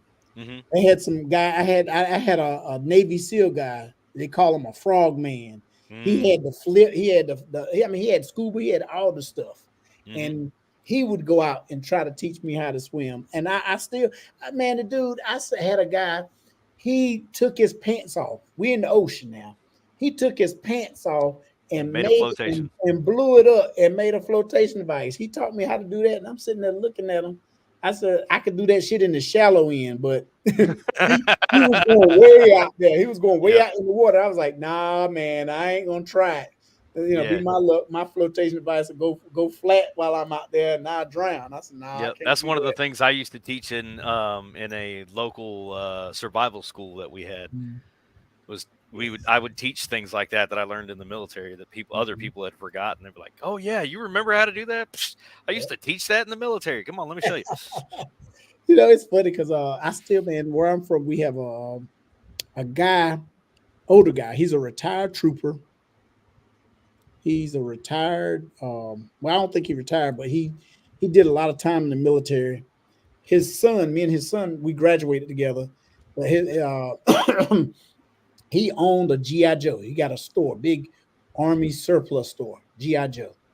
He sell everything, and I remember I used to go see him while I was in high school. Then, when I went to the military, when I came back, I always made it my business to go by and see him, visit him and stuff. Oh yeah. And even when I got out, I had a whole bunch of shit, that I didn't need anymore. I would go, sell or trade stuff. As a matter of fact, I still get my MREs from him to this day. I still eat MREs. My nephew, 12 and 6, know what the fuck MREs are. Yeah, and I need to get a box. Man, they down here they like $80. $80 for a box of 12. Ooh, And I'm gonna keep my mouth shut. Man, they're so good. What? Oh my gosh, I need to come down there. I get them from Albany, okay. Georgia, where the Marine Corps logistics base is at. Dang. Yeah. Well, not right off the base. We get the ones that they send out through Dermo. Mm. But man, but you notice the MREs, they culture. I Hmm. remember the dark. I know I used to You have the know what dark. that means? Dark browns. Yep, I had the dark brown, and we had chicken and rice. You had corned beef hash. I mean, Hmm. you had a ham slice. You know, Hmm. Five everybody. fingers of death. Yes, I mean, it was some good stuff. It was all right, but then later on, when I was about to get out, they done changed it up. Now they was having chicken tortellini and Yes. pizza and stuff like that. I'm like, Yes. what the hell? Pumpernickel bread. Right. I'm like, Cheese hold up. spreads. Cheese spreads with Lemon bread. pound cake and shit. I'm like, Yeah. hold Oh, up. those were so They good. had the best Kool-Aid. They had peanut M&Ms, Skittles, all Spiced that. apples. Oh, that man, what you talking about? Even the Put that cheese on was the better. lemon bread. Put that on the lemon bread after Yeah, you heated it up. man. Look, oh god, and back then ours didn't come with no fucking heater. The newer ones Hmm. came with the MRE heaters. I Yep. had to take mine. We end up had a, we did a little fire Yep. when we went Boiled it. in, and daggone, you had to try to put it in your Put it in your canteen cup. canteen cup. Yeah, and everything. I mean, it was crazy, man. That's why I said there's a lot of stories, a And lot of stuff we could tell. and you These didn't get soldiers. the little heater tablets. You had to actually get some wood and get a little Yep, stick and yep, shave it into little trimmings man. to get it under I there. And you had to look, keep it going. And it man. was never hot enough. I remember. I remember the toilet paper. You Mm, would get the little toilet paper that came with it, man. Only had all like five. folded. It Yep. wasn't no bigger than your hand. You couldn't even see like You my get hand. one wipe. Right. One And if wipe. man, You I better remember get it one all. time I refused to shit in the woods one time. I went a whole week. We had 2 weeks. I went, damn it, 2 weeks without taking a shit because I monitored how I ate stuff. And on Hmm. the very last day, I'm gonna I say said, that's a pretty good way to get sick. yeah. But I mean, I was monitoring what I ate. 2 weeks I is all drank, right. yeah, I drank plenty of water, but I, Hmm. I monitored what I ate. I didn't eat a lot of peanut butter. I didn't eat a lot of the cheese spread, the jelly. I tried to, I just take, I ration Things my that are stuff. gonna stop you up. You Yep, didn't eat. exactly. Yep. So the Right. very last day, I know we about to pack up and leave, right? I just go all out because I try to lighten up my bag, lighten up my rucksack. So I'm eating all my crackers. I'm spreading all the damn Oh, cheese. I'm killing cheese. all of it. Cheese, Yep. the damn Do a peanut plot and a butter. plug. I'm killing all of the great Kool-Aid. I'm drinking all the Kool-Aid powders and stuff. Man, look, and then I had like the oatmeal bar, and then I took and crushed up my M&Ms and put the cocoa powder. Man, I made me a motherfucking brownie. Ate that. Next thing I know, they say, "Hey, it's gonna be a little while. They one of the deuce and a halves broke down, so we're gonna be here for a while." Yeah, that never I happens, said, does it? "Oh shit!" Man, my stomach got to turn. I had a shit so bad, I was hurting. I said, "Oh my god." Yeah. Oh my God. I took a drink of water and that set it off. I said, man, I got the shit. I said, I need some toilet paper. This one little towel is not going to be able to wipe my ass the way I feel like I should. Better rip I a had to go, sleeve. man, look, we already done covered up the porta potty that, because we had a Yep. big little cat hole. We done Yep. covered that up. So I grabbed my e-tool and I'm running. I'm trying to run. I'm bucked over, grabbing my stomach. I'm cramping up so bad. So that's why I don't pick on women when they go through their menstrual cycle and they talk about the cramps. Because damn it felt like my period was on. And that's what it felt like. And I got to Yep. running and I made it to this tree. And I looked around. I said, man, fuck this. I'm gonna have to shit on top of ground. I screwed it. You know how the e-tool you had to twist it and then you can it'll come like this where you can dig and then you can fold it down to where you can Yep. make it a seat. And then, man, I pulled my pants down, took my jacket off, and I leaned to one side, I had one cheek on that e-tool, and I leaned over and I relieved myself, took a shit. Then I realized I ain't had no toilet paper, no paper. So I Rip said, a man, sleeve. I took and ripped the lower part of my t-shirt and Your wiped mouth my couldn't ass, cover it anyways. right, wiped my ass real good, put my coat back on, right? Didn't Yep. say nothing to nobody until we got back to the barracks. We got back to the barracks. We all in formation now. Everybody, we breaking down, we cleaning our weapons. So it was nice and warm. everybody taking off their coats. I forget that my shirt is, I got a halter top now. I don't took mine off and guys bust, everybody in my platoon bust out laughing. And I'm looking at them, I'm like, what these motherfuckers laughing at? And I looked down and said, damn. Somebody said, man, that's what you get for going out there with no toilet paper. Everybody knew what happened. Yep. I thought you said you won't go shit out there in the wood, only bear shit in the wood. I said, well, I became a bear that Grr. day. Grr. Right. I said, man, the very last day I eat up all my shit. You know, I tried to explain it to them, but they were laughing their ass off. They fucked No with me. explanation needed. Everybody knew Right. what you did. Exactly. And ever since then, that was a lesson learned. And ever since then, I always had me 2 rolls of toilet paper. I will crush them down, you know, where it wouldn't, you know, it's like that, but I will flatten them down and I would put them in Ziploc bags. Yep. Put them in Ziploc bags, and I had me some Cargo paper. pocket. Heck yeah, I kept me some toilet paper. Yep. Shit, Toilet paper on the left and wet wipes on the right. that's it. Because they laid flat and you couldn't tell there was nothing in there. Exactly. I would get the unscented ones, you know, get them Yep. unscented ones because you didn't want the air to be smelling all fresh and good, you know. Yeah. You walk up on somebody, you just took a shit, didn't you? Right. Exactly. What are you talking about? You got them fancy wet wipes, don't you? You Man, bougie, ain't you? I'm gonna tell you, man. I was in I was in a long range detachment, long range surveillance, Mm-hmm. and Lars? yep, I was in the Lurs unit, and man, I remember one missions when we had to, we had to tote our feces and urine out Yep. of our hot site Yep. because we you know they would have track dogs, Mexican dogs or whatever, you know, because Yep. we would infiltrate, you know, we Yep.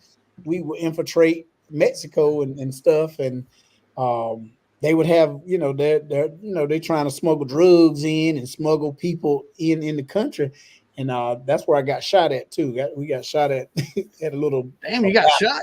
Yeah, well, I didn't get shot, but I got shot at. See, that's why when what's the name got whizzed, when Trump grabbed his ear, and they said, you know, that he got shot. I sort of felt for him because that happened to me, but it didn't hit me. But I heard, oh shit, God, you know, It'll knock the hairs out of your ear. what? Hey, it what your asshole will pucker up. You couldn't even get a spaghetti noodle through that. Right. It puckered up so fast, tightened up so fast, it'll break a stick off. You know, how they say, man, you got a stick stuck up your ass, man. You couldn't get a stick up my ass when that happens. Yeah, you know, see, that's why I'm deaf in my right ear. Oh, so see, that's what I'm saying. So you know, man, that's why, you know, a lot of people are like, oh, that's bullshit. What happened with? I said, I don't know, man. I don't know because I've You heard ain't never been shot that close. You don't have no if idea. If you haven't heard, I that thing come by, so you know, you like, oh shit, it's like gives me chills just thinking man, about that like, sound. man, and that's why I said, man, we would take a dude we had shit in Pringle cans. When I tell that story, my would be like, you used to do what? We said, man, we had to hump out our stuff. Guys couldn't smoke. We had guys that were smoking dip. They would get like odorless tobacco to dip, and they would have to dip it, put it, you know, spit it in a cup or whatever, twist it up, and put it in the rucksack. They couldn't spit on the ground. We couldn't leave no kind of evidence or traces that were there. We had, you know, we was hiding. We became a part of the if The it was there, surroundings. right, because we didn't, you know, we didn't have to try to get compromised and everything. No, you didn't have vehicles either. Yeah, and I said, man, if you ever shit in a Pringles can, piss in a Ziploc bag, you will appreciate toilets, porta potties. You will appreciate shit in life. Don't ever complain about nothing.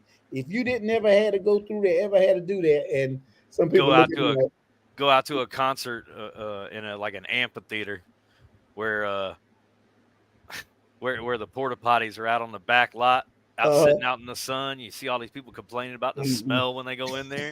I'm going in there like, yeah, it stinks, but this is a hell of a lot more comfortable than leaning against a fence. Exactly. People, that's why I say the only time I've ever done that, been on a hunting trip and had to walk way back over here where I thought hopefully the deer wasn't going to come through this area and smell and just prop up against a tree. Yep. Yep. and do what I had to do, man. Yep. I shouldn't have had that biscuit and coffee this morning before I came out here. Especially coffee. Yeah. That Coffee. coffee gonna come. It's gonna catch it. Oh yeah. Oh yeah. Oh man. Yeah, man. Funny. Yeah. I know we're creeping up on. Good Lord, it's the longest episode ever, and it's been awesome, 100% all the way through, man. 3 hours. You want to wrap it up, or? Yeah, we can. I mean- We'll save another 3 hours for another time. There you go. I've been getting personal messages because I got an app on my Chromebook over here, this connected to my phone through through the messenger, and just people commenting and all that. How they, like my mom was watching earlier, and another friend of mine, well, the Manatee girl, she sent me a message, So yeah, everybody told me they like it, so. Cool. I'm gonna keep on pressing on, man. Most definitely. Man, I got one question, Mm-hmm. and I know it'll probably take us another 15 minutes or so, but I know that we've covered automotive, we've covered your favorite cars and all that stuff. So where are you at in music? What are you listening to now? What's your music taste? I listen to What's your hot track? I kind of listen to everything. I'm an oldies but goodies. I can go from Hall and Oates, Chicago. I can listen to the Doobie Brothers. I can go to Queen, listen to Queen. I can old school rap, R&B. I like the Temptations, the Four Tops. I like, Otis Redding. I like, Now, anything when you Motown. say old rap, when you say Old rap, I'm going with like Kid and Grandmaster, Play, Grandmaster Flash, Kid and Sugar Play, Hill. Run DMC, LL Cool J, those type, Okay. 80s. Yeah, Less late 70s, more early 80s. Yeah, I like the Fat Boys, Yeah. Run DMC.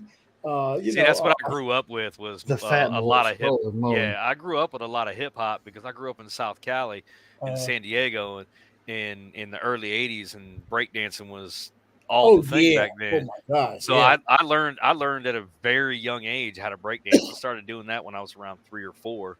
Oh yeah, and I was actually getting into like small local competition type stuff.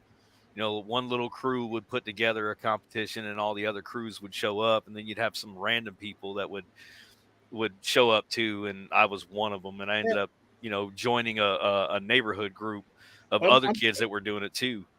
And see, that's the funny thing, man. When it comes to music, I like music, the instrumental, because I play drums myself, but sometimes I just tap on the steering wheel. You just got to listen to the lyrics, listen to the words, and see if it, if you can connect with it. And that's why I said something, if you listen to the music, you can't tell who's singing what. Because think about it, if you did not know who Hall and Oates were, and you heard Smile, Sally Smile for Sally, or Sally Smile, Smile, Sally Smile for me. When you listen to them, you would think they're two black dudes. Mm-hmm. When you look at them and you see the picture, you're like, damn, the two white guys sound like that. Right? What Got a lot of soul. That's just like Michael McDonald. When you I keep forgetting how I'm not in love anymore. You listen to him, you be like, that's a brother. He's a brother. He got soul. Yeah. And then you see him and you're like, wait a minute. Right. And just like Kenny G. Kenny G gets up on the thing and you're like, man, he playing the hell out of that. They got soul. And you look and be like, he's a white dude. But long-haired white dude. He's Fabio. Right. But I like all kinds of genres. I don't. Oh. I do have to say I like blues. My cousin is a historic. I don't know if you ever heard of him, but he's long gone now. But Thelonious Monk. Yes. Thelonious Monk. He's a jazz. Yeah. He was a jazz pianist. That's my cousin. Yeah. That's your cousin? Really? Wow. That's some good music. And if you're into sports, my cousin is a Hall of Fame wide receiver. Used to be a wide receiver for the Washington Redskins named Art Monk. Played for the Washington Redskins back in the day. He was number. Okay, Yeah, yeah. yeah. I know the name. I Mhm. don't remember him, but I He was remember the the name. first prototype. He was one of the big receivers. He Yeah. kind of said he was with the posse. They call him the posse, the hogs and ski and stuff. But I kind of I ain't gonna say we didn't get along. I kind of disrespected him at a family reunion because I'm a Dallas Cowboy fan and he was playing for the Mm, enemy. And I told him, mm. I said, "Oh man, I mean, at least he wasn't. Wait, you said he was playing for the Skins, right? yeah, At yeah, least he wasn't playing for the 49ers, right? right. Oh yeah, they was something too. Yeah, Because that's a rivalry when it comes to yeah, the Cowboys. That's yeah. the But yeah, 49ers is their so big rival. so what's the name? He's my cousin, so I listen to a lot of. I like a lot of jazz too. I listen to Yeah. jazz. I got you know, I got to be in my element for some jazz or some old blues. mm, well, blues. I gotta be in touch with myself if I'm listening to that stuff Yeah, because I'll I start mean getting blues. emotional. Yeah, because blues, man. The Listen, throw blues and some some soft BB jazz will King bring. Yep, on. it'll bring it out of you Yeah, well, if you don't especially if you prepare was in a yourself. if you was in a bad relationship. I tell you, Yep. don't listen to blues if you was in a bad Nope. relationship. Nope. Because there, You'll be at the that bar day my drinking. woman left me. Doo-doo. You were like, oh Yep. god. Yep. Let me go get a drink. I'm gonna be here a while. And don't go to a blues bar when you're depressed, Yeah, yeah. especially any of them in Jacksonville, North Carolina. I don't know. I'd like to disagree with that. The blue, when you're feeling bad, sometimes the blues helps, man. Sometimes it's you need that. You need to have that hit you in a different way to kind of help you feel better. Yeah, Well, but I you think got to that's get your what. head right, or you're gonna be the guy at the bar that's like, "I love you, man. I love you. I love." That's why I said you gotta be in touch with yourself yeah. before That's you just, start listening to something that deep, that yeah. soulful, because it Well, will that's like grab country you. music. What about like country music? Country music, man. That's You just listen, that's talk blues your with wife Southern left flavor. you, the dog died, and That's just blues with Southern flavor. yeah, because you'd be like, damn, that's depressing, man. Yeah, that's a white man's blues. It That's was what it like, is. she left me. She left The only me, went to the the arms only of sad country another song man. I ever really heard was Hank Senior's "I'm So Lonesome I Could Cry." Hmm. And you break down the lyrics to that song, and yeah, Did you listen definitely, to any of his other music? yeah. But Hmm. that's to me that's like the saddest. Aside from "He Stopped Loving Her Today," I was gonna say we those two can are go through probably a like bunch of I'm gonna damn tell you, old I'm gonna tell you 70s, a 80s group. country music. I'm gonna tell you a group I like listening to called Creed. There you go. really, yeah. They got a song that, to me, when they sing that song, "My Sacrifice," Mm-hmm. Mm-hmm. I think of man, you can put a good if you did a video, a good reel of law enforcement or anybody in the military, that training, that song right there to me fits perfectly with it. Yep. Because it's your sacrifice. Because you sacrificing everything. You sacrificing your body, your time, you sacrificing your family, being Yeah. away from your family and everything. And that song, when I hear that song, man, I'm gonna tell you, I got a fellow officer went to their funeral and they did like a montage of him, pictures and all this stuff, and they played that song, man. And I swear, man, when Creed was singing it, and he was singing the chorus to it, man, that thing you talking about it, you try It, not to cry.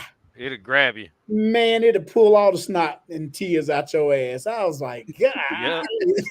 I mean, it was an ugly, retarded cry at that. Yep.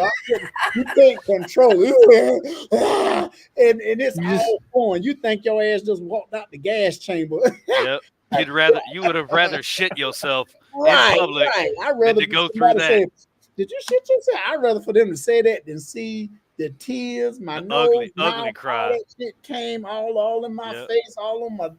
God damn, motherfucker need a bib or something to catch all that shit that was coming out. But that damn song fit the daggone, The moment. the moment. I was Yep. like, man. So it's like every time I hear that song, I think of that. I think of back in my military days. I think of people that I rocked with, and some of them that have gone on, died, in the line of duty and stuff like that. It's hard, man. It's Yep. music, man. Music can do a lot for people. It can do a lot. I was about to bring that up. It goes Five hand in hand with Five Finger comedy. Death Punch when they Yep. did Wrong Side of Heaven. Like okay. when as soon as I heard the song and I was like, oh, that's a good song. It really fits. And then I found out that there was a video for it, and I went and made the mistake of actually watching the video. Mm. I didn't make it past the first verse before I was like, yep, no, I'm gonna just turn that off and listen to the song. It took me probably 2 years to actually watch the video. There's I haven't seen the video for that song. There's You another gotta go song watch by it. them that was called that they redid a old Kenny Wayne Shepherd song called Blue Bad. on Black, Oh yeah, and they actually did it for the first responders and law enforcement. They did it for the proceeds to go to first responders and law enforcement. Did he freeze up? no, I'm still. Oh, no, you he's were just sitting really real still. still, dude. I was like, wow. Either he froze up or he's really good at sitting still. But that their cover of Blue on Black with Brian May from Queen, which we talked about Queen on the phone earlier, and not Kenny Wayne Shepherd. Kenny Wayne Shepherd's in it. Five Finger Death Punch, Brian May from Queen, and Brantley Gilbert, a country singer. They're all in this song, and there's a video to go along with it, but it's for law enforcement and first responders. It was about 6 years ago, I think, when they released that, or maybe 4 or 5 years ago. It's a really good. I like Five Finger Death Punch. They are a little, like I was telling you earlier, they're a little heavy. Are they death metal or are they heavy metal? Tori, they're you know just more metal. about them. They're just metal. Metal. They're not heavy. They're not heavy metal, and they're nowhere near death metal. They're just metal. They're just metal, and to me, I think they're about as metal as I'll go. I don't go any deeper than that. But their lead singer, he's got a tremendous voice. Ivan Moody. And they did a cover of House of the Rising Sun, Bad Company. Bad Company. That was a good one. They did a couple other covers too, and that's just they did a collaboration with an old DMX. They did a DMX remix. This is the way. Yeah, just before DMX passed. Yeah. Yeah. And it was only released like this year for some reason. Beginning. One reason or another. Huh? Yeah, towards the beginning of the year. Yeah. When they released that, I remember I was riding down the road. I don't listen to our local radio stations because it sucks. There's a radio station there's a song, a guy called Coffee Anderson. Yeah. Black dude. He sings this song called Mr. Red, White, and Blue. That's another good one. That's a real good one. But his name Coffee Anderson. Coffey Anderson. Yep. And that Mr. Red, White, and Blue, man, I jammed that. I'm like, oh, that, some of my towels that I sell, my merchandise when I'm at my comedy show, I sold out last weekend, a couple of weekends ago. I was the 12th and 13th. So that was not too long ago. Last weekend, I sold out of my merchandise. And that's what my towels, I had red, white, and blue. And they loved it. They loved it. They was like, why you got them in red, white, and blue? I said, I'm an American. I'm proud. I served my country. And those are our colors, red, white, and blue. So I give you a choice of, which one you want and everything. You got the white one, you got the red one, the blue one. And they thought that was cool. And they end up buying all my shit. I was like, damn, and I was there with a bunch of veterans. I'm talking about these cats was like 70 years old, 60, 70. I mean, you had some young ones, you had some active duty servicemen that was there. And because I was at Newport News, Kazi's Comedy Club up there at Newport News. So, I mean, I got a nice crowd, and they, of course, I shared a couple of experiences, I ain't gonna say they jokes, but they were funny stories of us in the military. That's how we do. And they jokes. Yeah, and they could relate, and they loved it. And that, I had a great time there. Had a real great time there. But yeah, we're gonna have to get together, man. Like I said, with Tackle Box, man, I that's something nice. I like that. So we could Yeah. together and maybe It's like gonna be put on a comedy show or something, raise money for that. That Def- would be cool. definitely want to link up with Jacob on that. He would be the one to definitely try and put something together with. Gotcha. I'm not directly affiliated with them. I don't work for them. I just know Mm. that when they took me out on my trip, like I said, I was in a dark place and the wife was like, go fishing, do something. And then that came up. And after that, I realized I'm needed. There's Right. nothing wrong with me except for me. Right. I'm needed, not just because I have a wife and kids, but because there's other veterans that don't know about this. Yeah. They don't know that this kind of thing is an option for them. They know that, what the VA has and what the VA can do and what the VA offers, but this has nothing to do with the VA. So Right. there's a lot of organizations out there that are like OTB that aren't as broadcasted as they should be, in my opinion. Right. So, I mean, with Bosco doing his podcast and now me being on here with him, we can get that word out. Yep. But I don't want this to ever be just an OTB thing. If there's another organization out there, tell me about it. I'll put it on my Twitch channel when I Oh start yeah. streaming again. Yeah. Like Bosco can put it on his page. If there's any law enforcement or first responder organizations out there that do the same thing, let us know. I will put it out there on my own if Bosco Yep. doesn't put it out, which I know he would. And see, a lot of people just don't. One of my things too is, that what is it? It's like every the 22, the Yep. number of 22 a day. a day. day of suicide, Suicides. Yep. and that number is ridiculous. Hmm. I ain't not 22 in a year, 22 in a month. Nope. This is 22 per day. Yep. And you got, and it just makes you think. You be like, well, how can we change it? How can we stop it?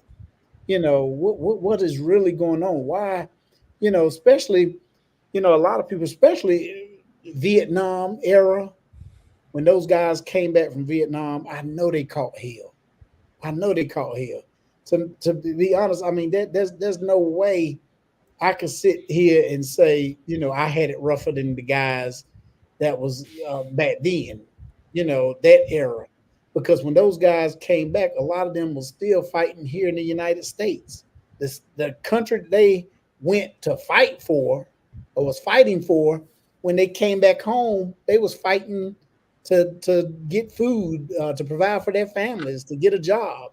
Yep. So their health was hit, like you said, with Agent Orange. They was hit with stuff, and they came over here and couldn't get help. Because man, I've met so many guys who was in the Vietnam War, and we call them shell. He shell shocked. Yep. My Walk father around, is one. walk around and just look, looking at you all crazy. They still talking like they in the 70s.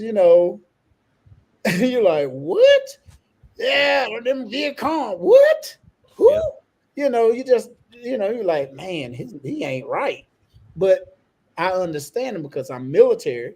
Yep. I'm a veteran, and I understand. But a lot of other people talk about they crazy. That motherfucker crazy. He went into the war and lost his mind. Yep, he might have did. He saw a lot of shit that there's no way you would have been able to take it. The shit he had to go through. He's seen dead babies, dead women. He's seen that stuff. So respect him and try to get counseling. Try to, that's why, man, when I see You're not a part of the solution. You're a part of the problem. Right. Yep. Sometimes it's just about talking to a brother. It's all about sometimes just they want to hear you talk about it. You know what I'm saying? They want somebody they can talk to. Yep. Yeah, I mean, everybody needs somebody to talk to, and that's what that fishing trip is about. That's what OTB is about. You don't have to go out there on the boat and talk and tell us your life story. I mean, just if you just don't want to talk, you just want to fish the whole time. Jacob don't care. Yep. That's what it's about for him, is just being out there on the water fishing. Yeah. You don't want to talk about it, don't talk about it. You want to talk about something else? Talk about something else. Fishing is relaxing to people like golfing is. Yep. Because I've had some people who love golfing, and I'm like, "Why you like golf?" He said, "Man, it's just you out there, and you on that back nine and you swinging that hitting that little ball and blah blah. It just take your mind off of everything and da da da da. I'm like, okay, well, like you said, fishing do the same thing. Yeah, Fishing, with me it's bowling and motorcycles. okay. You know what? I'm about to get back into motorcycles and get my license. Got to renew my license. Get it together before the end of this year's out. So you might see me on a motorcycle soon. I might sell you a motorcycle soon. Oh, that's right. You said you got a Harley, right? Yep. That's what my boys keep telling me. They said, "Man, you better not go get you no Indian. You better not bring your ass with no Indian. You better go get you a daggone Harley." Go get you a Harley. I said, "Man," I said, "them Indian bikes look nice." They like, "Man, you better not get you no Indian motorcycle." It's still an import. I don't care what anybody says. Yep. Yeah. Oh man. Well, y'all want to wrap this thing up? And Okay. then, Yeah, sure. We can. Yep. So I can go with I got the Playhouse is asking for my availability, so I need to go ahead and talk with them. And it looked like he's talking about August or September. So since you got a website or anything you need to plug, Jay? well, yeah, they can go to my website. It's www.j the letter J Derrel DERRELL.com. And then of course on every Monday at 7:30 on YouTube, you know, I'm Failure to Stop, Uncuffed, myself, Eric Tansey, and comedian Margaret Owens. We there every Monday, you know, we doing that. And like I said, I have my comedy shows, you know, I know I have two coming up, and hopefully I'm about to book this one here. About to book this one here, so I'm gonna probably do theirs in September. Set them up and do theirs in September. But I'm shooting my special. I'm shooting a special in December at Good Nights Comedy Club, December 15th, which is it's on a Sunday night at 7:30, but it's at a major comedy club at Good Nights, the club I started out 18 years ago. So I get to come back there and to actually I'm on tape it. We putting me and my producer and director, we putting together some skits. So it's gonna be a film. It's gonna be a 1 hour 30-minute film.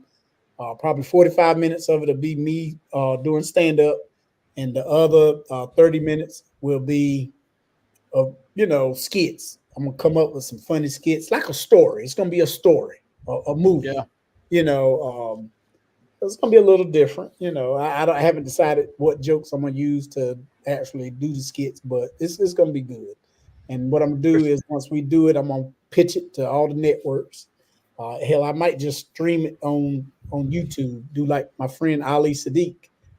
That's what he did. Ali streaming his on YouTube, and he got like 4 or 5 million views on YouTube, and he's getting paid. He's getting paid, and he's gonna put all his stuff on YouTube. He said he won't waiting for Netflix. He won't trying Amazon Prime and Peacock, all them.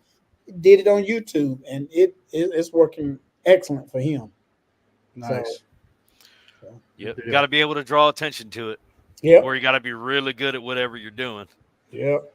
So you got some people out there that are just famous, and that's why, you know, their podcast are so great because they're famous. They get other famous people on there, so it grabs the attention of the audience, even if it's a crap show. Yeah. They've got famous people on there. It draws attention to it. It's funny. I found out I work with this comedian, right? We done did shows together. He's out of Washington, out of D.C.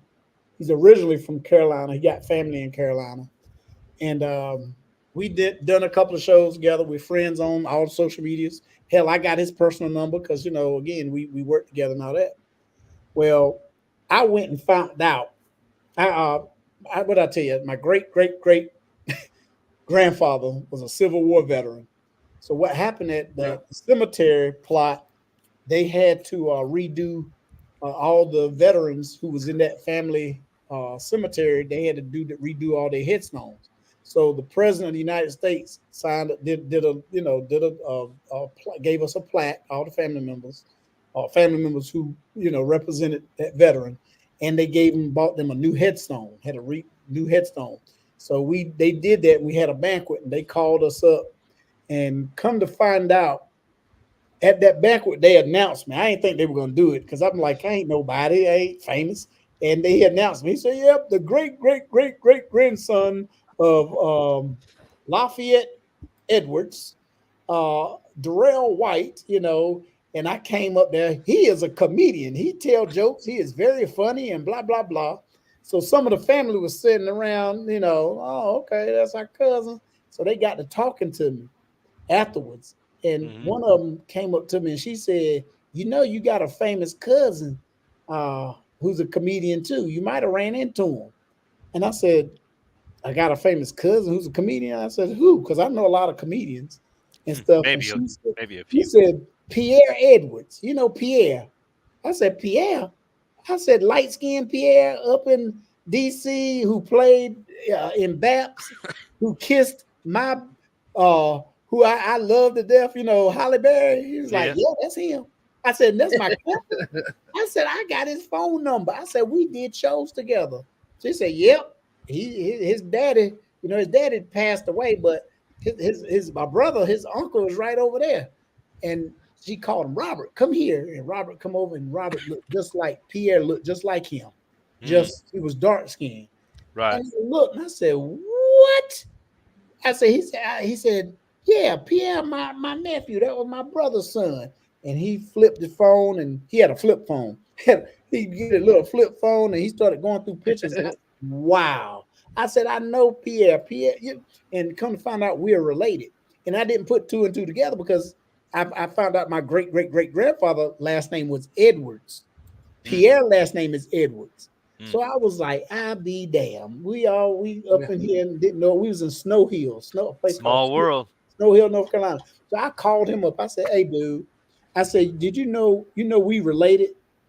He's like, well, I told you I got family background from North Carolina, I said, yep. And that's how I found it. I said, I'm standing right here beside your Uncle Robert right now, your dad's brother. You standing beside Uncle me? Oh, man. I said, yep. I said, that's, we sitting here honoring my great-great-grandfather and other people, other veterans and stuff. And, my grandfather, his name was Lafayette Edwards. And hell, he couldn't find out, we just, in stand-up, he used his stage name was Pierre. Yeah. He didn't use his last name. But, on Facebook and all that stuff, he used it, he got his whole name up there. And I was like, I'll be damned. You never know who you related to or how far you, unless you, do it. And I was like, all right, well, I got some famous people in my family. That's good. The only one I know I'm related to is Gene Autry, and the old cowboy singer. Yeah. That's why I was like, hold up. Gene Autry, I heard of him. Now, you and I were talking before we got on here, and not to really push this out anymore, but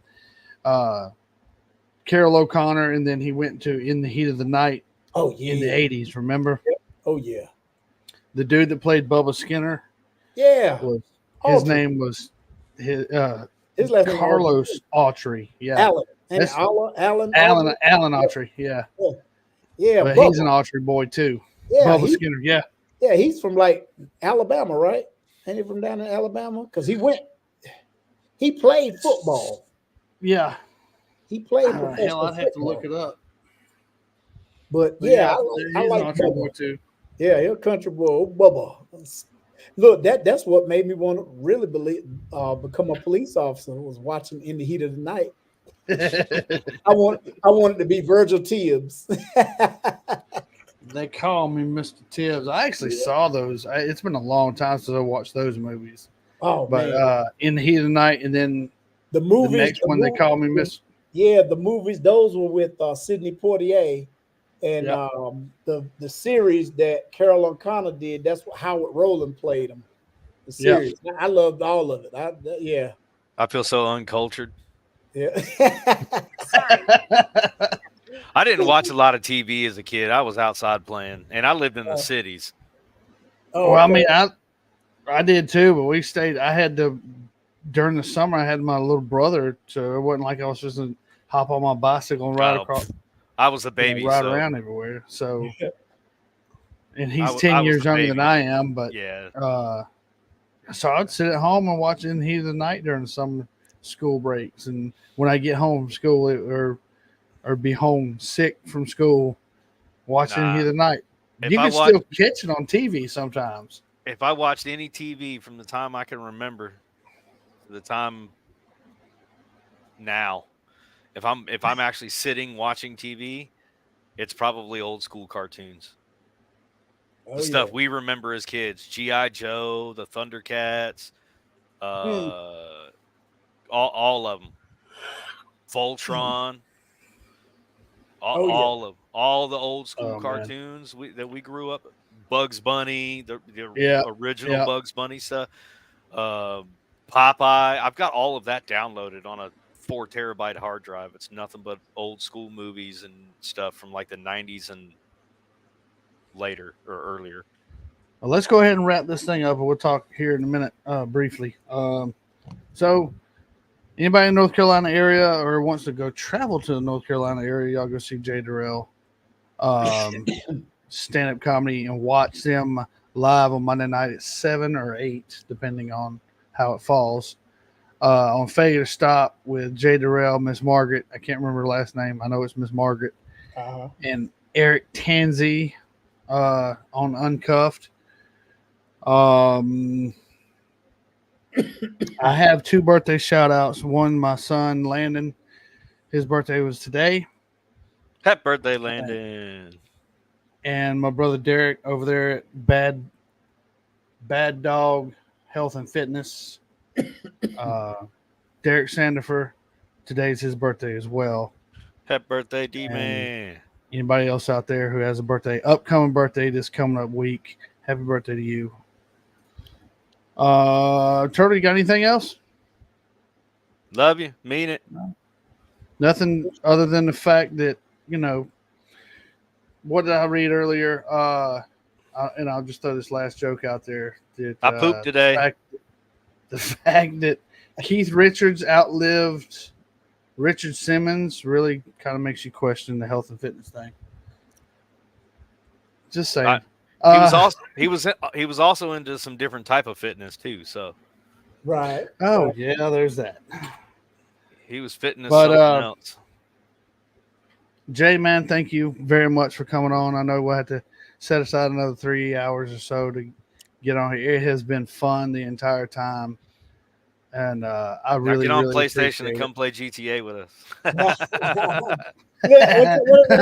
What y'all got? PS5? PS4. I got a PS4. Yeah, because we're broke. I just upgraded to the 5, and I gave my nephew. He begged me for the 4. He begged for it. He was like, "Oh man, I ain't getting rid of none of my consoles." I was like, "Yeah." He said, "Oh, let me play. Let me have a PlayStation." So I was like, "All right." You see that? You see that picture right there? Uh-huh. Do you see what it is? Uh-uh. It is a poster picture wall painting thing of Atari 2600 cartridges. You know what? I was about to say it looked like cartridges for like a Atari. I've got everything. My view, I thought it was a cassette tape. I've got everything from the Commodore 64 up to PS4. Minus anything that was Xbox, because I don't own an Xbox. I have 3 regular Nintendos, the NES, the big box with the cartridges you had to hyperventilate blowing on to get them to work. I've got the Atari 2600. I've got a Commodore 64. I've got the Wii. The Coleco. I got a Sega. I got a Coleco. I got... Oh, don't play. I got little mini Colecos. There's one sitting behind me, but there's junk everywhere. Man, I'm a console collector. I have a degree in game design. Oh, okay. And I don't even want to design actual video games. I want to design early childhood developmental educational programs in VR. Dang. But yeah, I'll never get rid of my PS4. And I've got 2 of them. I've got 3 PS3s because, well, one of them is an original first gen, but the power supply burnt up in it. But anyway. Yeah, I was satisfied with the 4 as well. But when they came out with the 5, I was pressured into getting it. Because you know how, man, the graphics are so... Oh, and guess what? You can play PS4 on the PS5, too. You can use that game. I was like, really? I said, okay. Backwards compatible. And yeah, so I was like, Yep. all right, I get it. So I ended up doing it. So PS4 is kind of better, but if you look at it from a different point of view, like I don't know, the electrical engineering that went behind it, or all of the better components that are in the PS5, the PS5 is actually better, but the platform is, yeah. But yes, you are right. PC Master Race all the way. Look, Look, you know, because I'm not gonna lie. I used to be with. I used to love the what was the Xbox. I had the Xbox, then I went to Xbox One, but my man, once I got back out and I got that PS3, then I gave that to my uncle, and then I upgraded and went with the PS4. I said, okay, I'm back. I'm was staying with PlayStation. Yep. And then when that 5 came out, the 5 couldn't stay on the shelf. They didn't even have it in the damn store. Nope. You had to pre-order it. Yeah, you had to pre-order that Joker. And then you had people that would go in there, greedy asses, be buying 2, 3 of them, and then trying to resell them. Oh, I got the PS5. You sell know, it for twice of what it was worth. right? And I'm like, man, listen to these bastards, you know. So I just waited until I found one at Best Buy, and it came with a package. I was like, all right, good. It's cheaper to order it directly from Sony. Oh, is it? Okay. Yeah, you get the one at Best Buy was probably $500-$600. I gotcha. Okay. You go through Sony, it's like $4 with shipping. Oh, okay. Dang, that's crazy. Yep. All right, fellas, let's get on out of here. Everybody, find us on Forever Road Podcast on Instagram. Matter of fact, hang on, let me wait a second. Let me back up. You can find J Derrel White on Facebook, Instagram. Yeah, I'm on everything. Yep. All the social medias. And then find us Forever Road Podcast on everything except for TikTok, and I don't know anything about Instagram, Facebook, YouTube, Spotify, iHeartRadio. Click on the like button, click subscribe, go into your settings, hit automatic download.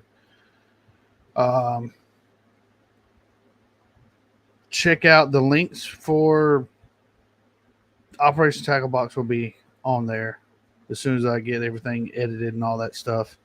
I know we went super long, but it was great fun sharing stories and talking smack. We didn't even get to the topic we were going to get to, but that's probably how things are going to roll from now on. Just our experiences. That's what we're here for. And I thank you again, J Derrel.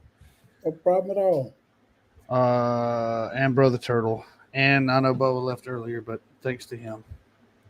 Everybody that was in the chats, Marine Bloods. Hang on. All right. Thanks for riding with us on the Forever Road Podcast with Bosco. Hey, you can find and follow us at Instagram and Facebook, or just drop us a line or a question anytime at foreverroadpodcast@gmail.com. See you next time on the Forever Road Podcast.